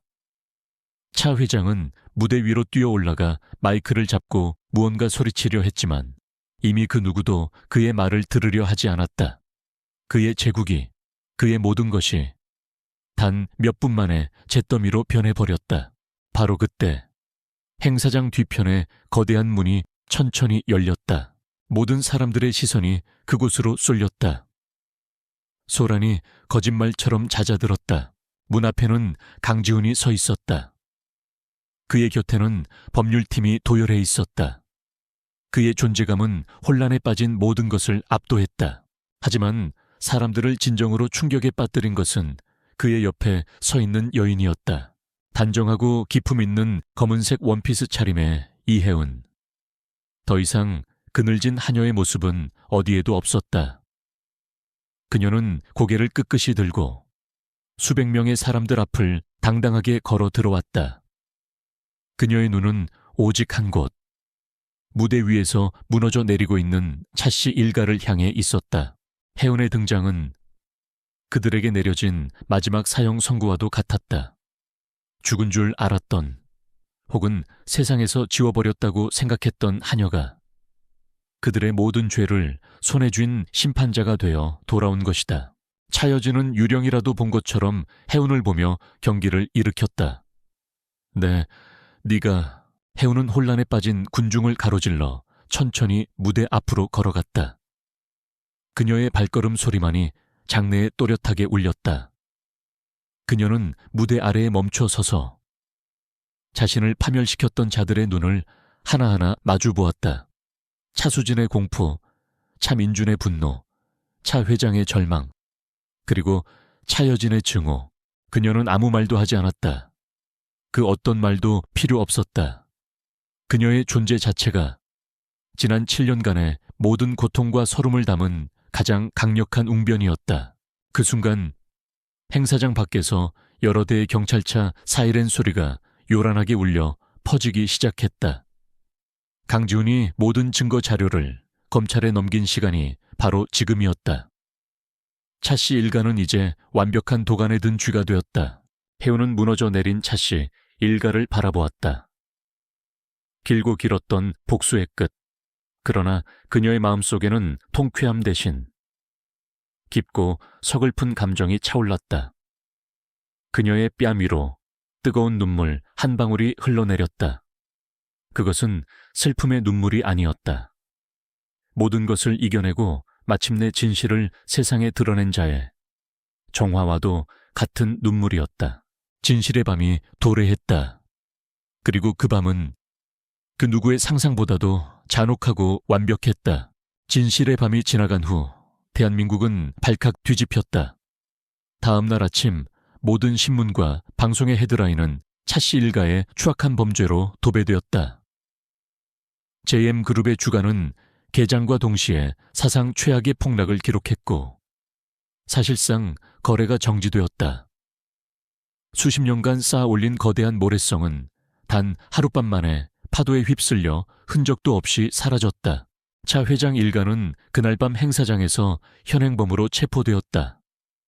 탈세, 횡령, 주가 조작, 뇌물 공여, 그리고 이성진 사장 사망 사건에 대한 살인교사 혐의까지. 그들의 죄는 낱낱이 파헤쳐졌고 다대중의 분노는 들끓었다. 한때 그들에게 아첨하며 연주를 대려했던 정재계 인사들은 약속이라도 한 듯 그들을 외면했다. 제국의 몰락은 이토록 허무하고 신속했다. 폭풍의 한가운데를 관통해 나온 이혜운에게도 새로운 아침이 밝았다. 그녀는 더 이상 숨거나 위장할 필요가 없었다. 강지훈과 그의 법률팀의 보호 아래 그녀는 검찰에 출석하여 핵심 증인으로서 모든 사실을 차분하고 논리적으로 증언했다. 그녀의 증언은 차씨 일가의 범죄를 입증하는 가장 강력하고 결정적인 증거가 되었다. 조사를 마치고 검찰청을 나오는 그녀를 향해 수많은 카메라 플래시가 터졌지만 그녀는 더 이상 두려워하지 않고 당당히 고개를 들었다. 모든 법적 절차를 마친 후 혜운이 가장 먼저 찾아간 곳은 어머니가 입원해 있는 병원이었다. 7년 동안 그녀의 어머니는 세상과 단절된 채 깊은 잠에 빠져 있었다. 혜운은 의식 없는 어머니의 앙상한 손을 잡고 처음으로 모든 이야기를 털어놓았다. 엄마, 다 끝났어요. 아빠의 억울함, 우리가 겪었던 모든 고통, 이제 다 끝났어요. 그녀의 목소리는 눈물로 젖어 있었지만 그 안에는 깊은 안도감이 담겨 있었다. 그러니 이제 편히 쉬세요. 제가 있잖아요. 제가 이제 엄마 곁을 지킬게요. 어머니의 손가락이 미세하게 움직인 것 같았지만 그것은 그녀의 간절한 바람이 만들어낸 환상이었을지도 모른다. 하지만 상관없었다. 그녀는 마침내 과거의 무거운 짐을 내려놓고 온전히 어머니의 딸로서 그리고 자기 자신으로서 새로운 삶을 시작할 준비가 되었다. 혜운이 개인적인 상처를 치유하는 동안 강지훈은 무너진 JM그룹의 뒷수습에 나섰다. 그는 승자의 오만함으로 JM그룹을 약탈하는 대신 책임감 있는 리더의 모습을 보여주었다. JM그룹의 갑작스러운 붕괴로 길거리에 나앉게 된 수만 명의 무고한 직원들과 협력업체들을 위해 그는 채권단과 협력하여 기업 회생 절차를 주도했다. 부실한 계열사는 과감히 정리하되 경쟁력 있는 사업부는 인수하여 직원들의 고용을 승계했다. 그의 이런 행보는 차 회장의 탐욕적인 경영과 극명한 대조를 이루며 시장의 신뢰를 얻었고 진성그룹의 위상을 더욱 공고히 했다.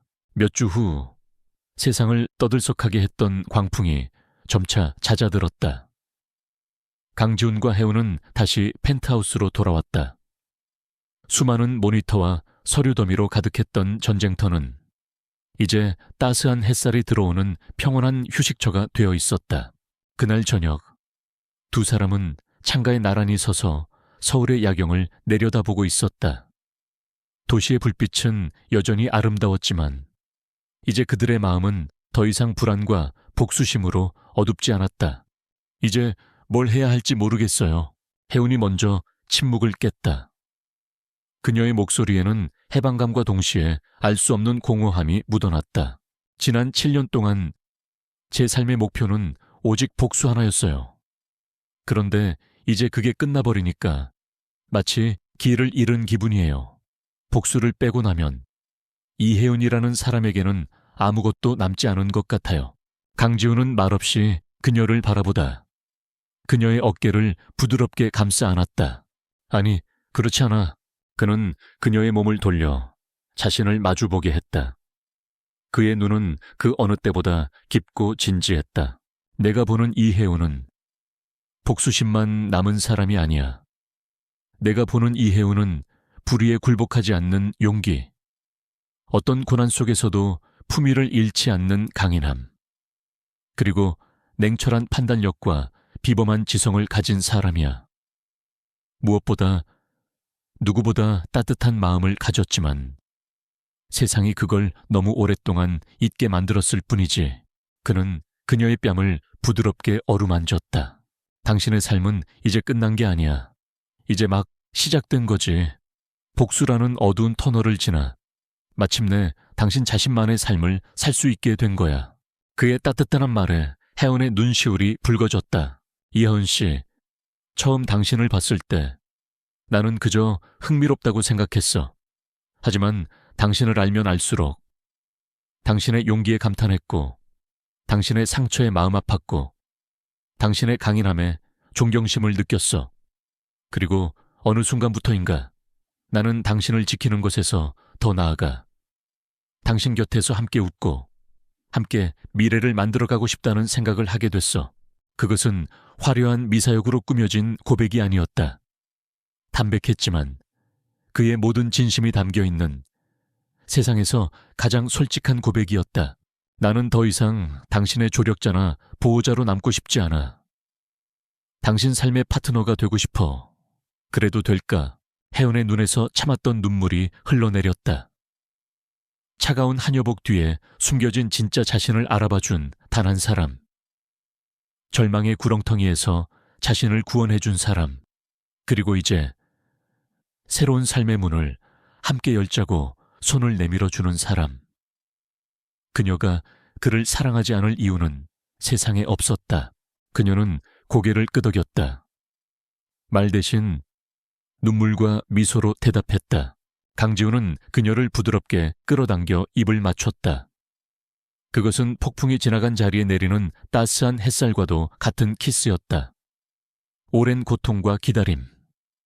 그리고 마침내 서로의 마음을 확인한 두 사람의 모든 감정이 그 안에 녹아 있었다. 총수와 하녀, 구원자와 피해자라는 세상의 모든 꼬리표가 사라지고 오직 서로를 사랑하는 두 남녀만이 그곳에 존재했다. 몇 주가 더 흘렀다. 차 씨 일가에 대한 재판은 순조롭게 진행되었고 그들에게 중형이 선고될 것이라는 것은 기정사실이었다. 어느 맑은 가을날 오후 강지훈과 혜우는 한적한 공원을 손을 잡고 거닐고 있었다.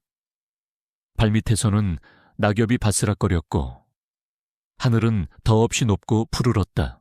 저녁에는 뭘 먹을까요? 글쎄, 따뜻한 파스타가 먹고 싶군. 당신이 해주는 걸로. 좋아요.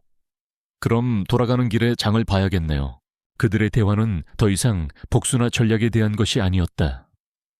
저녁 메뉴, 주말 계획, 함께 가고 싶은 여행지 같은 평범하고 소소한 일상에 대한 이야기였다. 전쟁은 끝났다. 그리고 그들은 정의뿐만 아니라 서로라는 가장 큰 행복을 얻었다. 두 사람은 벤치에 나란히 앉아 붉게 물들어가는 석양을 바라보았다. 그것은 모든 것의 평화로운 끝을 알리는 동시에 찬란한 내일의 시작을 약속하는 풍경이었다. 폭풍 뒤의 새벽은 이토록 눈부시고 아름다웠다. 1년이라는 시간이 흘렀다. 대한민국을 뒤흔들었던 JM그룹 스캔들은 이제 역사의 한 페이지로 넘어갔다. 차 씨 일가는 각각 자신들의 죄에 합당한 긴 징역형을 선고받고 차가운 감옥 안에서 죗값을 치르고 있었다. 그들이 한때 누렸던 부와 명예는 신기루처럼 사라졌다.